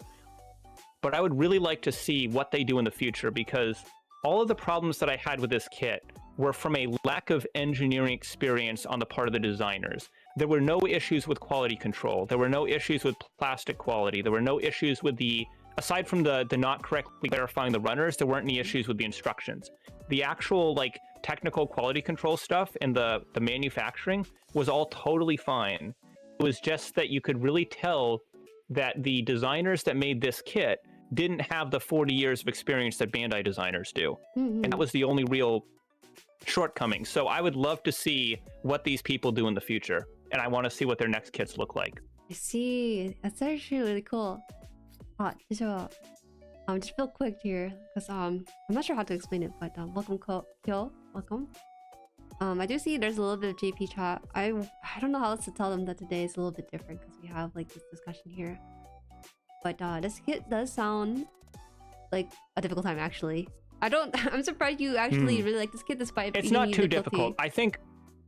I think you would maybe be able to handle this. This would be like the top range of your skill level. I think honestly, rather than that, I always dislike it when the instructions like difficult to follow. It feels like they kind of... The instructions are not difficult to follow if you're aware ahead of time that they give you multiple runners in different colors. Yeah, because I think I was told by some people that the alternate colored runners were like a bonus thing for the first production run, and it's not like it's not actually like a part of the main kit. Like they included alternate colors for some of the pieces as like a first production bonus, and that's why they weren't mentioned in the manual. I can't confirm that or not. I've not seen a non-first production run version of this kit, but that would make sense because I've seen some companies do that before. Yeah. Okay. This one I actually do not have a lot of experience with, so I can only take your experience as like the word for this one specifically. Yeah. If you guys want to see more of this, please go check out Channel 2's channel. You probably already did anyways. You probably found him before you found me, but yes, I've not streamed or made a video in a while, but I want to get back into it. I've been meaning to start the machines up again. 3 or 4 months. It's been a few months. Yeah, streaming Gundam Breaker 4 when it came out, and then some stuff happened IRL that made it difficult to stream for a while, and then I kind of lost motivation, and the cycle continued again. I feel bad though. As a creator, I kind of understand when you take a break from something, but you kind of let go on for too long, so it's hard to get back into it. Take time with it, you know? Oh, cool. Let's see. This one... Next, if we're talking... What? I don't even know what the hell that is. Oh god, this is the Chinese one. I can't read the name. Oh, that's one of the add-ons. Okay, there's actually one. Wait, hold on. What? There's like an incredibly important kit that I just realized we don't even have in the list here. What? Gotta talk about the Solomon. Solomon too? Is Solomon not in the list? Oh, is Solomon not in the list? Did I forget to put Solomon? Oh my god, either I forgot it or you forgot it when you were transcribing my list. Wait. The thing with Solomon was it was mentioned in DMs, but just never like put down a list by you. This is basically your list, but reordered. Yeah. Okay, I'll take the L on that one then. But yes, we got to talk about the Solomon. Okay. The Solomon is quite possibly the single coolest kit to come out of China in the last few years. What is the? Can you send like a picture link to it? Because I don't know. Yeah, let me see what I can do. Solomons. In Japan, people love Gundam plastic models. And even they line up from morning until store opens. They sometimes can't buy one. Yeah, I actually heard that. Oh yeah, the model kit situation in Japan is insane. Yeah, yeah. There's crazy, like, people line up super early. There's tons of scalping in Japan. I People heard get into like they fist have fights outside of anti-scalping Gundam measures base. too. They have anti-scalping measures. They do. So... They do everything they can, but it's not always enough. No, they be like, Unfortunately, I heard sometimes you get like quizzes to these scalpers. Like, yes. Some hey. stores will do that. I know some people that live in Japan, and they will like go out early to try and get those kits, and it is really tough to get a hold of them. It's only very recently that Bandai's gotten their manufacturing back under control post-COVID, but it's definitely something that is. Let me see if I can find like a store listing for this, so I can get a picture to show you guys, because it's kind of awkward because everyone. I guarantee you that almost everyone in this chat has seen the Solomon before. Yes. But prompted to actually find a picture, I'm not entirely sure where to go, so I'm just kind of looking around for. That's the trouble I have. Oh, here we go. Found it. So I'll just send you a link to the Gundam Central shop listing for it. Okay, fair. What's this? What the? Okay, I actually have seen this. I thought this is basically. This is the Gundam Physalis. Like, this isn't even redesigned to the degree that the Eternal Star Glory was. This is just the actual Gundam Physalis. I thought you tried to do this. So this is basically, it's Master Grade, but it's beyond Master Grade. It's like Master Grade Extreme, which is like that line they did for like the Strike Freedom and the Unicorn that have like the super crazy detail. This is kind of like that. It is an incredibly complex model. It's remarkably accurate to the animation model for the Gundam, so it's very appealing even to people that don't really like the like super designed Chinese kits. Like it has that. It genuinely looks like an authentic Bandai product. I don't know about very that. Cool kit. I've never seen proportions like this from Bandai. Do I need to show you this? Look at the Strike. Scroll up like 4 pictures in our DMs different. and look at the Strike Freedom. No, the shoes on that one is pretty like reasonable, but this one is a bit because this is part of the design of the Physalis. That is part of the Physalis' design. It has massive feet. So basically, the Physalis is basically a humanoid nuclear launch platform. So it's built up, it's overbuilt and over-armored so that if it ends up within its own nuclear blast, it's not going to get completely evaporated. That's why it's got the massive shield. It's got all these extra cooling systems. It's got massive thrusters. This is a real design from Gundam. No redesigning was done by the company that made this model. The restock says here in February 2025. You guys want to grab this? It is priced at $96. I believe that's maybe like the 2nd or 3rd production run. It was a very popular kit when it came out. This is a real Gundam design, and they basically completely unchanged it.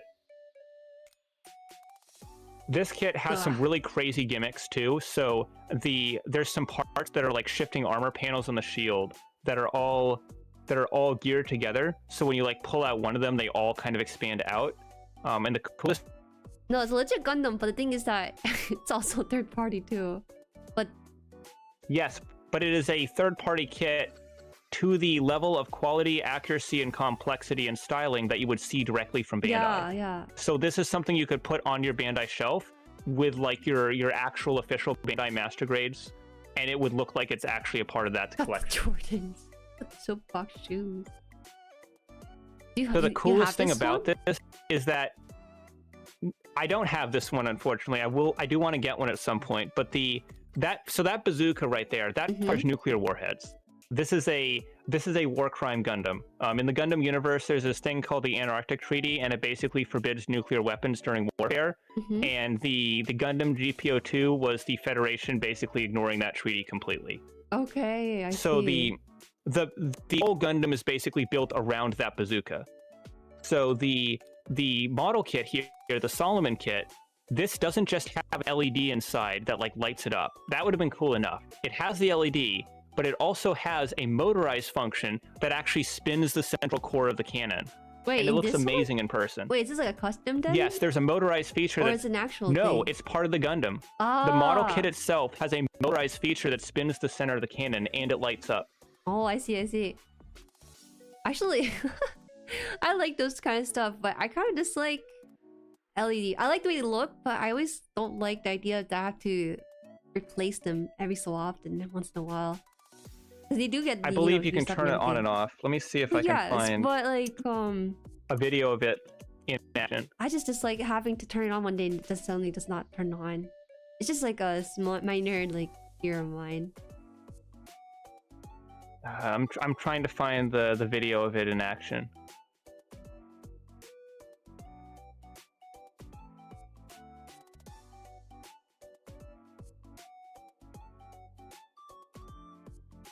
Pins and Minby? You know Bin Octopus like that? There's where's the...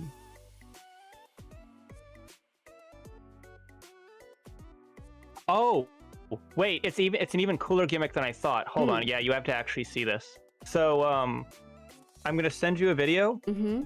Skip to about 4 minutes and 45 seconds in it. Can we show this one? 4 minutes 45 seconds? Yeah. Let me see if I can. Oh my god. Whoops. Give me a second because I have the thing on my end here. Oh hey man, Pig, welcome back. We literally cannot stop talking about model kits. So no, it's not me, it's him. It's him. I apologize. Oh my god, it's almost 10 o'clock. Yeah, I wonder why. We got like a little bit left over, but it's okay. We can do some personal picks and rest on them. I can go for as long as we need to. I know. Oh yeah, it spins around and everything. You guys can see this too. Here. Oh god, so the image is on. I can only take a little bit of it, section though. is designed. Yeah, keep watching. It gets better. I don't know if I can keep watching. So there's the two separate sections.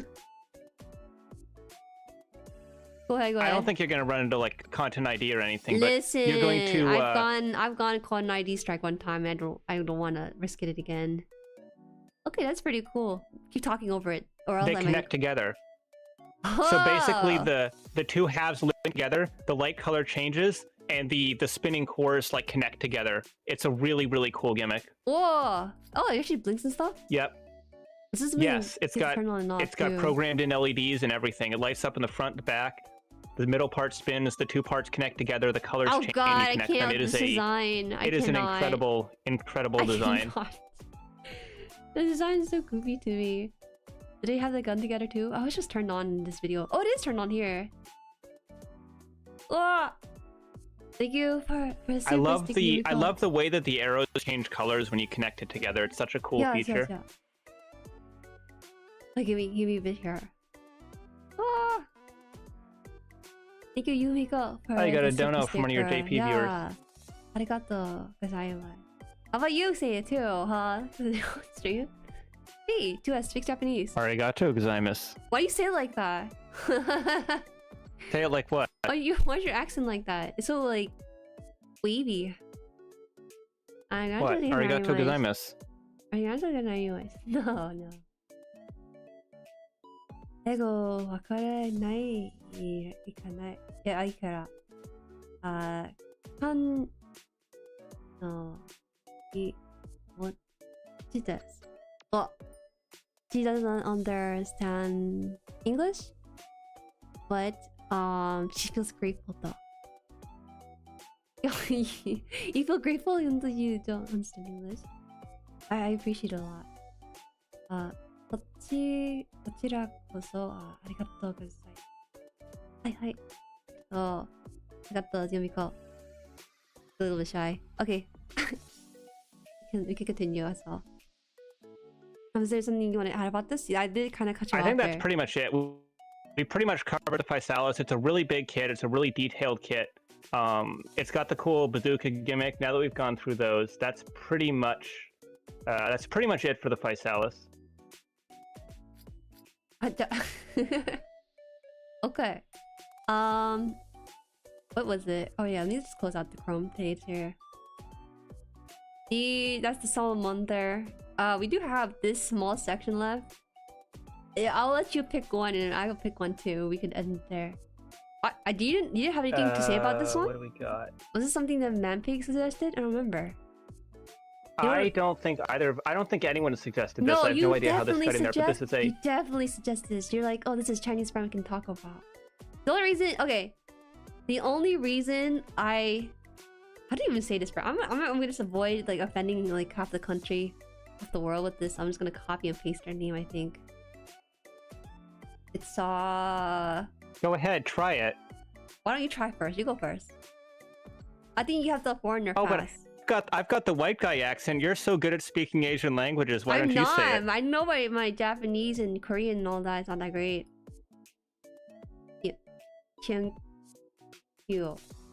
Hyangkyushang. There you go. Sure, okay, we'll go with that.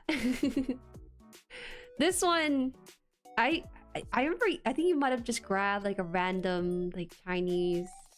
We were talking about how some of the companies do just add-on items instead of full kits, and I think I used this one as an example. Yeah, so I want to show you guys this one because this is actually really cool. They make guns, but not any like regular guns, like electromagnetic guns that has motor and everything. So I was gonna show you guys this a little bit here. Oh, here we go. I'll pull the Chrome page for this. Here we go. This is oh wait, is there sound? Oh, there's sound. My bad. It's a little bit hard to see here, but this does have like the typical runners you see with these kind of kits. But the difference with this one is that it has... I think they might show it somewhere in here. Where is it? Oh, somewhere around here. They show it near the end. Yeah, somewhere around here. It might have that. Oh, here it is. Little circuit boards and everything with it. You'll see that for... Much like the Solomon. Yes, you will. But I think it's a little bit neater because you get like an actual like human-sized weapon for yourself if you want it. So you want to like actually wield one of these? Yes, I do. I do want to wield like a sci-fi weapon. I mean, it's probably scaled for you. It would look like a full-on rifle for you. No, but it looks like it fits his hand too. Look at that. Anyways, this is like but he's got big hands. Yeah, this is not a model kit, but this is like a cool thing you can have for your kids and everything. It rotates. Someone should draw fan art of Jueri wielding this. No, it's too hard fan art to make. But I think they're actually showing the other model kits next to this too, so you'll see that here. Oh god, they're so bright. Look at that. Wait, was this? Wait, which kit is this? Yes, those are... I think that's their kit, right? What? Freddy's their kit? No, that's a figure. That I know that figure very well, but that's not a model kit. That's a metal build style figure, kind of like Motonuclear makes. That's a Motonuclear kit though. Yeah. That one there. That's the Owie Bing. Yeah, I know that. I recognize it and then it's on there. Oh, Bing. Yeah. But that's just a one show. I thought it was pretty cool that they actually make like these kind of things. Yeah, it's got the motorized bit in the middle. Wait, where is it? Alright, I'll pick the next one because it's just super short anyways. Okay, I'll let you pick from these that maybe you want to pick out to make mention of for the audience here. Let's talk about the... let's do Hamoxie Thor. I do actually really like that one. Thor. Oh man, okay. This is a completely original design. This is one of those ones that even the people that swear that stuff like the S5 Sentinel is totally a Gundam have to admit it's a completely original design. It's a very cool looking kit. I love this thing. Unfortunately, it's not... I don't know if it's super easy to get a hold of anymore because I don't know if they've done more production runs of it, but it came out about, I want to say, a year or two ago, and it is a very, very cool kit. I love the design. I love the aesthetic. It's got like a cape actually that has like metal wires in the edges, so you can actually bend and pose the cape. It's a common technique you see with like high-end action figures, but this has that as like a cape for it. So it's got this big flowy cloth cape. I believe it's got LEDs in it somewhere as well. This gimmick where the hammer expands. It's a really cool kit, and I kind of wanted to highlight it just because it is an example of a Chinese kit that doesn't really have the traditional like Chinese Motonuclear aesthetic, and also isn't really trying to be directly inspired by Gundam, but it's just kind of a generally cool looking mecha. Yeah, I made a mistake. I didn't show the one with the cape. Let me just pull the cape. Capes are very interesting in these kits though, because they're just static in one... used to be in one way. And for this one, his kit is... See, that's what I like about this cape. It's got a cloth cape with a bed wire, so you can pose the cape. Oh, I see. I was wondering about that It's a piece of cloth with wire running along the edges, so you can bend the wire to reshape the cape. And yeah, man, Pig, this one does show some restraint. That's part of why I like it. Oh, this is a big image. Shrink this down. What do you mean by restraint? Do you mean like the design philosophy for it or something? It's not super over-designed. They showed some restraint with keeping the design simple and not going too crazy with it. Alright. There you go. That. Yes, so that cape is cloth with a flexible wire around the edges. Okay, that makes sense though, because some of the images online here actually do show different forms of the cape. Wait, is it actually made of cloth or is it like plastic? No, it's cloth. It's a woven cloth with wire running along the edges, and you bend the wires to pose the cape. See, there's more distaste for the over design for Mononuclear.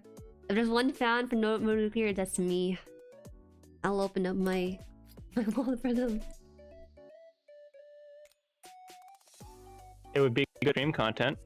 I Build a don't Mononuclear know. kit. I don't think people will be interested too much into it. Yeah, they're probably also a little more complicated, aren't they? I'm already struggling with grams finishing that on stream. I might just do The some model grab kits stuff themselves from Motonuclear actually aren't that complex. They're a bit spiky. They've got like sharp and pointy bits, but they're not too complicated. I think you would be able to handle a Motonuclear kit. No, absolutely. I just don't think I could handle something like Actually, there's some difficulties with grams, but that's because I'm seeing new stuff I haven't seen before in other kits. That's the only thing that makes a kit hard. Build one, we'll see. Like I said, I gotta finish my backlog kit before I anything here. And channel building, it makes you earn 50,000 demon points. What the heck is that? They're like 90% undergated. I have no idea. Undergate is my best friend. Oh yeah, that's a thing too that I should bring up, is that with a lot of these Chinese kits, they'll oftentimes undergate every single part. That's nice. Because that's something that people really like, because it makes the build take a little longer because you have to basically cut each piece twice. But when you undergate the parts, it means that the connection mark for the gates is on the underside of the part, so you don't see it when the kit's fully assembled. Yes, that's something you see a lot with these Chinese kits. Yeah, actually, the grab's the first time I actually seen undergate in any kit I built. And yeah, Ginja brought up a very good point. If you were able to handle the Zoids kit, you could handle the Motonuclear kit. I'm gonna be real with you. I feel bad for returning that Zoid kit to my friend Finish, Konko Finish, because I didn't have Tamiya paint on it. I just stuck it on and gave it to him like that. So I think it might have come apart during transit to him as I was handing it in to him in person. Oh, you mean cement? Yeah, I didn't have Tamiya's not Tamiya paint. Sorry, Tamiya cement. Yes. Okay, Tamiya cement. You said Tamiya paint, and I was like, sorry. What did she use instead of paint? I was imagining you with like those like Crayola craft paints, just like brushing it on the kit. Yeah, all it needs to do is stick on there. That's all it needs for it to stay. Hold up. Black love. I mean, there is a guy on YouTube that painted Barbatos with nail polish once. Don't do that. That's disgusting. It smells bad. It looks horrendous. Probably. I feel like you can kind of smell it through the screen a bit. Yep. Yeah. Man, it's actually you I have some really cool suggestions for stuff to talk about. Unfortunately, we kind of I didn't stop you at any point because I feel like I learned the most when they just let you gap. What do you think? Yeah, this is a Jueri education stream with a bonus audience. Yeah, you said earlier that I was the host and you were the co-host, but it's more like the other way around. I kind of expected that anyways. The Chinese kids back in the day, Dragon Momoco, yes, we did talk about that, huh? Are harder than any difficult kits that drop nowadays. People are really overhype how difficult the FSS kit were. Nothing compared to my DM testament. Honestly, the thing that makes it hard is just the instructions, though. I don't think they're super difficult per se. I don't know if any kit's actually difficult. You might. I don't think a kit is difficult per well, se. Mechanicore kits are difficult. Mechanicore kits are genuinely difficult. They are a unpleasant time to build. Is it because of the instruction or something, or is it the? It's the fitment. The fitment is terrible on incredibly small, sharp pieces. I think with just a little like elbow grease, you can make anything work, in my opinion. I mean, yes, it'd be nice if it works like the first time around. If anyone in Jueri's audience wants to send her a Mechanicore kit so she could suffer for 1.5 years, please do. God, stop. No, that's a waste of money, you guys. I could buy like two PGs with that money. Yes, please feel free to drop to his channel. Sandpaper and super glue. See? Sigh? You know, isn't Sigh I know somebody who started building Cassie. Cassie. And the guy who started building Cassie sold the remaining half of the Cassie Gundam because he stopped halfway through. You still got the PO And this was one of those. By the way, I should clarify.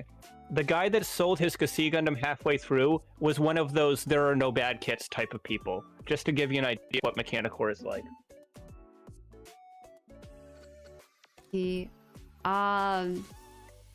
We call it Kasai. I remember we did the Greek alphabet in school once. But, isn't it considered over design? So I know there's like this The pronouncing it correctly is you just make a like kind of a x sound and then a vowel sound afterwards, and you just kind of rush through it fast enough that everyone sort of gets the idea of what you mean. 자, 이사마. It's like a Kasai Gundam. Kasai Gundam.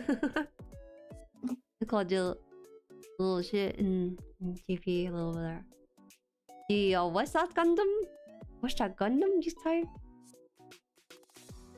What's that? Oh Why God, does Lysergia keep saying Kussy Gundam? What the hell is he talking about? I see him mention that second time. I don't remember the first instant. He mentioned it first time around. I was like, what is on screen that shows that? Nothing on screen shows that on here. Oh, Kussy Gundam. Right, okay, I get it. Is that how you say it? Kussy Gundam? It sounds very sus when I say it like that though. No. I'm gonna put... You know what? You know, just... I'm gonna consult the Japanese.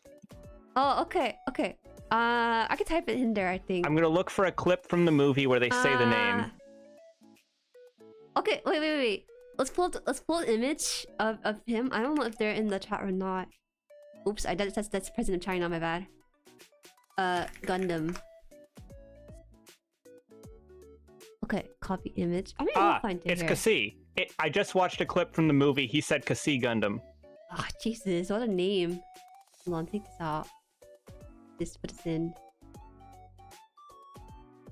Actually, did I save that image even? I wonder what the JP says for it. Maybe it's different. Or is it? Oh, Jojo, why is it so big? Hold on. Let's shrink this thing down. Kussy Gundam jump scare. You're clipping. Have you seen the Dorito? Dorito? Wait. There's a... let me see if I can find it. It's like a fan art thing. これガンダムは何ですか？名前 I'm also realizing I don't think I've ever seen the name written out in katakana either, because I think in Japanese they just write it out with the Greek letter. How did you... I guess everyone's just internationally confused by it then. Maybe I'll ask one Hayas on stream about it. He's so cute. Which I feel would be kind of confusing because the Kussy letter in Greek looks a lot like San in Japanese, so I feel like that could also cause confusion. So, did they just but start they seem speaking to have Greek figured too? it out for themselves. I can't find... Never mind, I can't find the Dorito picture. I'll share it some other time. They must be busy, so I'll ask them another time as well. I don't know how to... But yes, as Manpig said, Moroki is the designer of the Kussy Gundam, and he also designed another mecha called Zeromir. That's from a show I'm kind of familiar with. It was like a 90s mecha OVA, and if you look at the Zeromir, it basically looks exactly like a Kussy Gundam. I think your pronouncing is kind of sus. You should stop. What? It's so sus. And now I think because the surgeon kind of put that in my mind now. Just call it XI. This university call it XI. I mean, for all we know, it could be the Roman numeral 11. And everyone has been misinterpreting it this entire time. It's the 11 Gundam. 11 Gundam? Wait, in Japanese, what the heck? Gundam. They use the Greek letter for it too. Yeah, that's what I mean. I told you that. They use the Greek letter. I've literally done exactly what you're doing right now to figure out how the hell you're supposed to pronounce this, and I came to the same conclusion. They use the Greek letter. Okay, this will be a question for Hayao in this one. You probably know. I don't know if they're still here. Probably not though. They did try, but I think whatever the JP says is like official anyways. Yeah. Some website do Their use pronunciation the Greek... can sometimes vary from English, but I would say Kussy Gundam is pretty accurate. No. Oh, here it is. Wait, it's from Apple here? Kussy. Kussy. What is it? That's what they say. Gundam Buso deshita. Oh, is that so?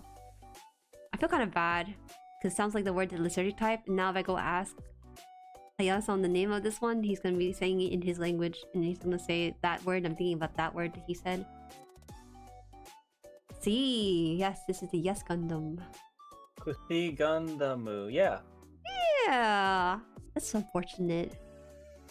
Can't get as much unfortunate as the one guy. Oh, the one pilot, I forgot his name. Pilot of the Kusi Gundam? No, he's fine. Mr. Hathaway's fine. Was it like Jizzman or something? Jizzman? Oh, Jizzin. Yeah. That's I've activated my entire audience by saying that. You guys know what I'm talking about. Yeah, I learned about it from him actually. Poor guy. And as soon as I introduced it to Jueri's chat, they immediately latched onto it too. They were way worse. You give them anything like remotely sus, they'll take it the next mile. That's why I'm glad you didn't watch the full stream that I discovered that on, because things got incredibly sus towards the end. Yeah, I watched a little bit of it. Totally unwarranted. It just happens. Yep. It just happened organically. Someone dropped it in chat and all of a sudden nothing else in stream was important anymore. You can drop the sync link. It's all good.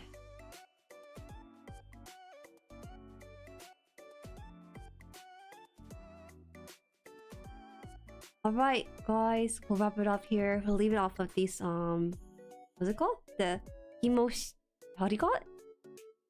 This is actually the name you put it for? Himoxian Thor? Oh, the Himoxian.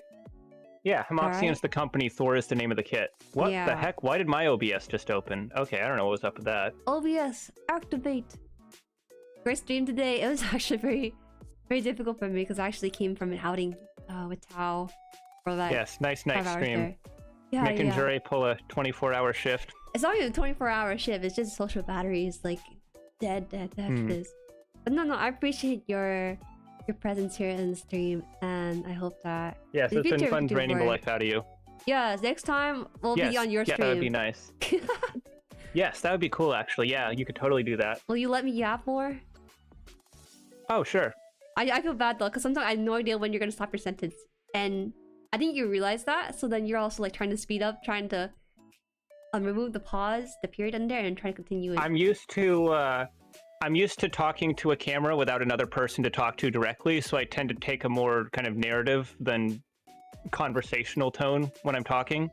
So I've been trying to kind of make it a little more conversational for this stream. Yeah, you guys, you know, I actually talked to 2S before this stream, and he's actually funnier. He's way less business-like and a lot more of like a guy you can pop a beer with. That's what I feel like. Yeah, I'm funnier when I'm not in teacher mode. Yeah. You'll have your moments one of these days. See. Thanks for helping to add to the backlog shopping list. I think it's a great stream. I learned a lot about the this is the dangerous video for your backlog, guys. If you're the kind of person that just has a massive backlog already, you probably shouldn't have watched this stream. I think the one that I want to look at the most is SNAA. I think that one's just nice. Yeah, they're one of my favorites. I love part of it's the variety too. Like they've put out a lot more kits than most of the like non-straight up bootleg companies have, and there's so much variety to their designs, and they're all really cool. No, wait. I think it's a misunderstanding. No, he is a funny guy. You know, it's funny because he's all business like, right? But he's actually like only 1 year older. He's 1 year older, so you have to dry humor down. I have the seniority. You got this? You gotta call me son. Son? What do you mean son? You gotta call me like youngin or something. You're a zoomer too, aren't you? You're like the upper end of the zoomer. You're not millennial. Yes, where I barely qualify. I barely qualify too, but at least I have some youth left in me. Oh, the youth has been drained out of my eyes. Please try Moderoid. Yeah, the Moderoid mask is actually hides the pretty pain. cool. Moderoid's dangerous because that's just like individual IPs under one umbrella. Yeah, you gotta with Moderoid, you gotta wait until they do something that you're like really into. You're like, oh, they've done, you know, this one niche series that I really like you know, Pet Labor or Ray Earth or I don't watch whatever a lot of other thing. Robots, so you know, that's the thing. So maybe I'm safe from well, it. you need to get more cultured. No, it's Watch crazy. They put mecha RoboCop into that thing too. They put RoboCop anything's into fair that. game. Yeah, but One of those mecha One of the mecha that Moderoid made is like a puppet from a TV commercial. Wait. They will literally make anything. When they did the last time they did a community poll, the top winner internationally was Megas XLR, and the freaking like director of that branch of Good Smile Company in like a Japanese event had to like explain to a room of Japanese people what Megas XLR was. It was great. I have to look at the list of IPs. Do you know what Megas XLR is? I do not. It was an American cartoon from the early 2000s that was about a guy with a mecha where the head of the mecha was his old car from a junkyard. Oh. It was like an American cartoon, but it was very mecha inspired. Wait, I'm trying to think because a lot of the stuff that I grew up with wasn't quite super raw. It was like shoujo and shonen stuff, you know? I guess Bakugan might be. Well, I recommend. I think Bakugan's like the I think it almost might be worth it for you to give one. Rayearth a shot because Rayearth is like a shoujo anime. You might like that. Okay, every time I hear a Gunpla nerd tell me that, I'm like, yeah, right. There don't have enough shoujo in it. Wait. Okay, I know it's shoujo because it's boring to me, so I think you'll like it. No, but if there's like a Bakugan, maybe I might just dip into it. But it's kind of hard. These hamsters. Do you know the Molcar potato? What the heck? I think that one I'm familiar with. Oh, that's right, man. Pig. Rayearth is getting a remake soon. So even if you're too much of a zoomer to watch old anime, you could watch the new one. They have a Miku figurine, racing Miku specifically. Yeah, they did. I think they did a Miku model at some point. Good Smile Company has done every Miku in every conceivable form factor. Yup. They have like an actual like crane in this. Moderoid Maida, Asa, Kusho, Spider Crane. Okay, I'm just like browsing this, but the list is so long. The thing that I recognize in this title is if you don't Miku. know a lot of those shows, it's gonna be really overwhelming. And to be completely fair, 99% of those that I recognize from Super Robot Wars and not from the actual original show that they're from. They have a random because Super Robot Wars has literally everything in it. They have random Bakugo in this list. I think that's it though. Just basically those two human characters that I recognize. It's very difficult for me to recognize like just shape design in general. Okay. Have you seen Eureka 7 before? I've heard of it and I've seen it around, but never. Yeah, they did the Nirvash from that as a model kit. Probably some mecha anime, isn't it? I don't know. I think I mentioned it before, but like the general. And I want to say they did. Hard for me to remember. I want to say they did Gurren Lagann too, but I didn't see it in the list. They might not. That might have been someone else that did Gurren Lagann. Yes, I mentioned that already. Probably tuning the Pop Team Epic Mecha. It didn't appear that often. I only watched a little bit of Pop Team Epic, not enough. It was in literally one episode. Yes, exactly. And that episode was actually directed. I believe was it directed by Obari, or he might have just done the animation for it. But he's a big guy in the mecha scene. A lot of the iconic like action sequences and poses in various mecha anime were done by him. In fact, he actually worked on Iron Blooded Orphans. He did the fight choreography for some of the mecha battles. I see. Okay, 2S, your butt is like glued to the chair. You need to stand up. You haven't stretched this entire stream. I actually got up and got water and stuff at one point though, but you have not done that yet. You did. Okay, yeah, I did need to do that. Old man! Old. Alright guys, this has been a collab stream with 2S. I mean, to be fair, my chair's getting pretty old too, so it's a little uncomfortable, a little wobbly. Get a new one, it'll help fix a lot of back problems. Yeah. Alright, any last words for the audience then? It's your last chance. Thanks for coming by and watching us talk for, holy crap, almost 4 hours. That's 3.5, that's like normal time, that's whatever. I'm Second Soundwave from Channel Tess. The 5 times a year that I actually post something, I talk about Gundam and Gunpla. I stream, I make videos. The channel link I think is pinned at the top of the chat, it looks like. So I appreciate if you go over there and subscribe. And actually, I'm going to go ahead and say this. YouTube does not like sending out my videos to people that are already in my actual audience. So even if you already know of me, even if you think you're subscribed, go over there and check anyways, and like periodically check back my channel from time to time, because for whatever reason, YouTube just doesn't like recommending my stuff. And I always come across people that like think that I haven't, made anything in a really, really long time. And I always, whenever I get the chance, I say, hey, even if you're already a 2S fan, even if you're over there on the channel, just double check and make sure, because YouTube can be weird about that sometimes. Do you want to drop like your Discord link? Because I think these days people are using Discord as like yeah, I could do a Discord link too, actually. Yeah, it's a way more reliable. That would be a ping good system. that would be a good option, because yes, I do announce my new videos and streams on the server. It's a small server, pretty quiet server. Yeah, first it's just him. Let me see if I can grab an invite link. There's like 100-ish people in there. We're not a very talkative bunch. You guys just post pictures. You guys are more action, speak louder than words kind of people. Where is? Sorry, You disable links, Mr. 2S. Click your channel, your server name. Click invite people. If that doesn't work, then... there it is. I see it. Yeah. Yep. Oh. Here's the link. I will drop it in. Now I gotta hang on. I'm navigating over to your stream now. Got a celebrity on my channel, guys. You should savor it. Look, I usually don't invite new people to the server very often. It's usually like a few times a year I do it. So savor the experience. This is a this is a rare invite. I don't usually do this. It's not like it's a closed Discord or anything, but I usually I don't regularly like redistribute the link frequently. So if you want to jump in, go ahead and jump in now. Cool club, you know. Yes. I think this entire stream has taught me who Manpig is. Manpig and Dan, classic man. Those two. Manpig is the guy who knows everything about every mecha that you've never heard of in incredible detail. When you made the list for me, I tried to pull images based on like community suggestion. One that was just Manpig's suggestion, and then I googled the name Manpig with the Gunpla kit. You didn't specify it, so I was like confused.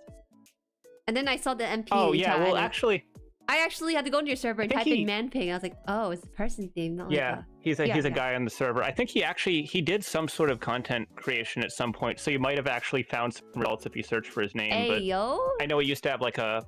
He used to have I know he has a YouTube. He used to have like a blog or something, I think, we do reviews on. That was a long time ago, though. A blog? Yes, he used to have a blog. Blog, not a vlog, but a blog.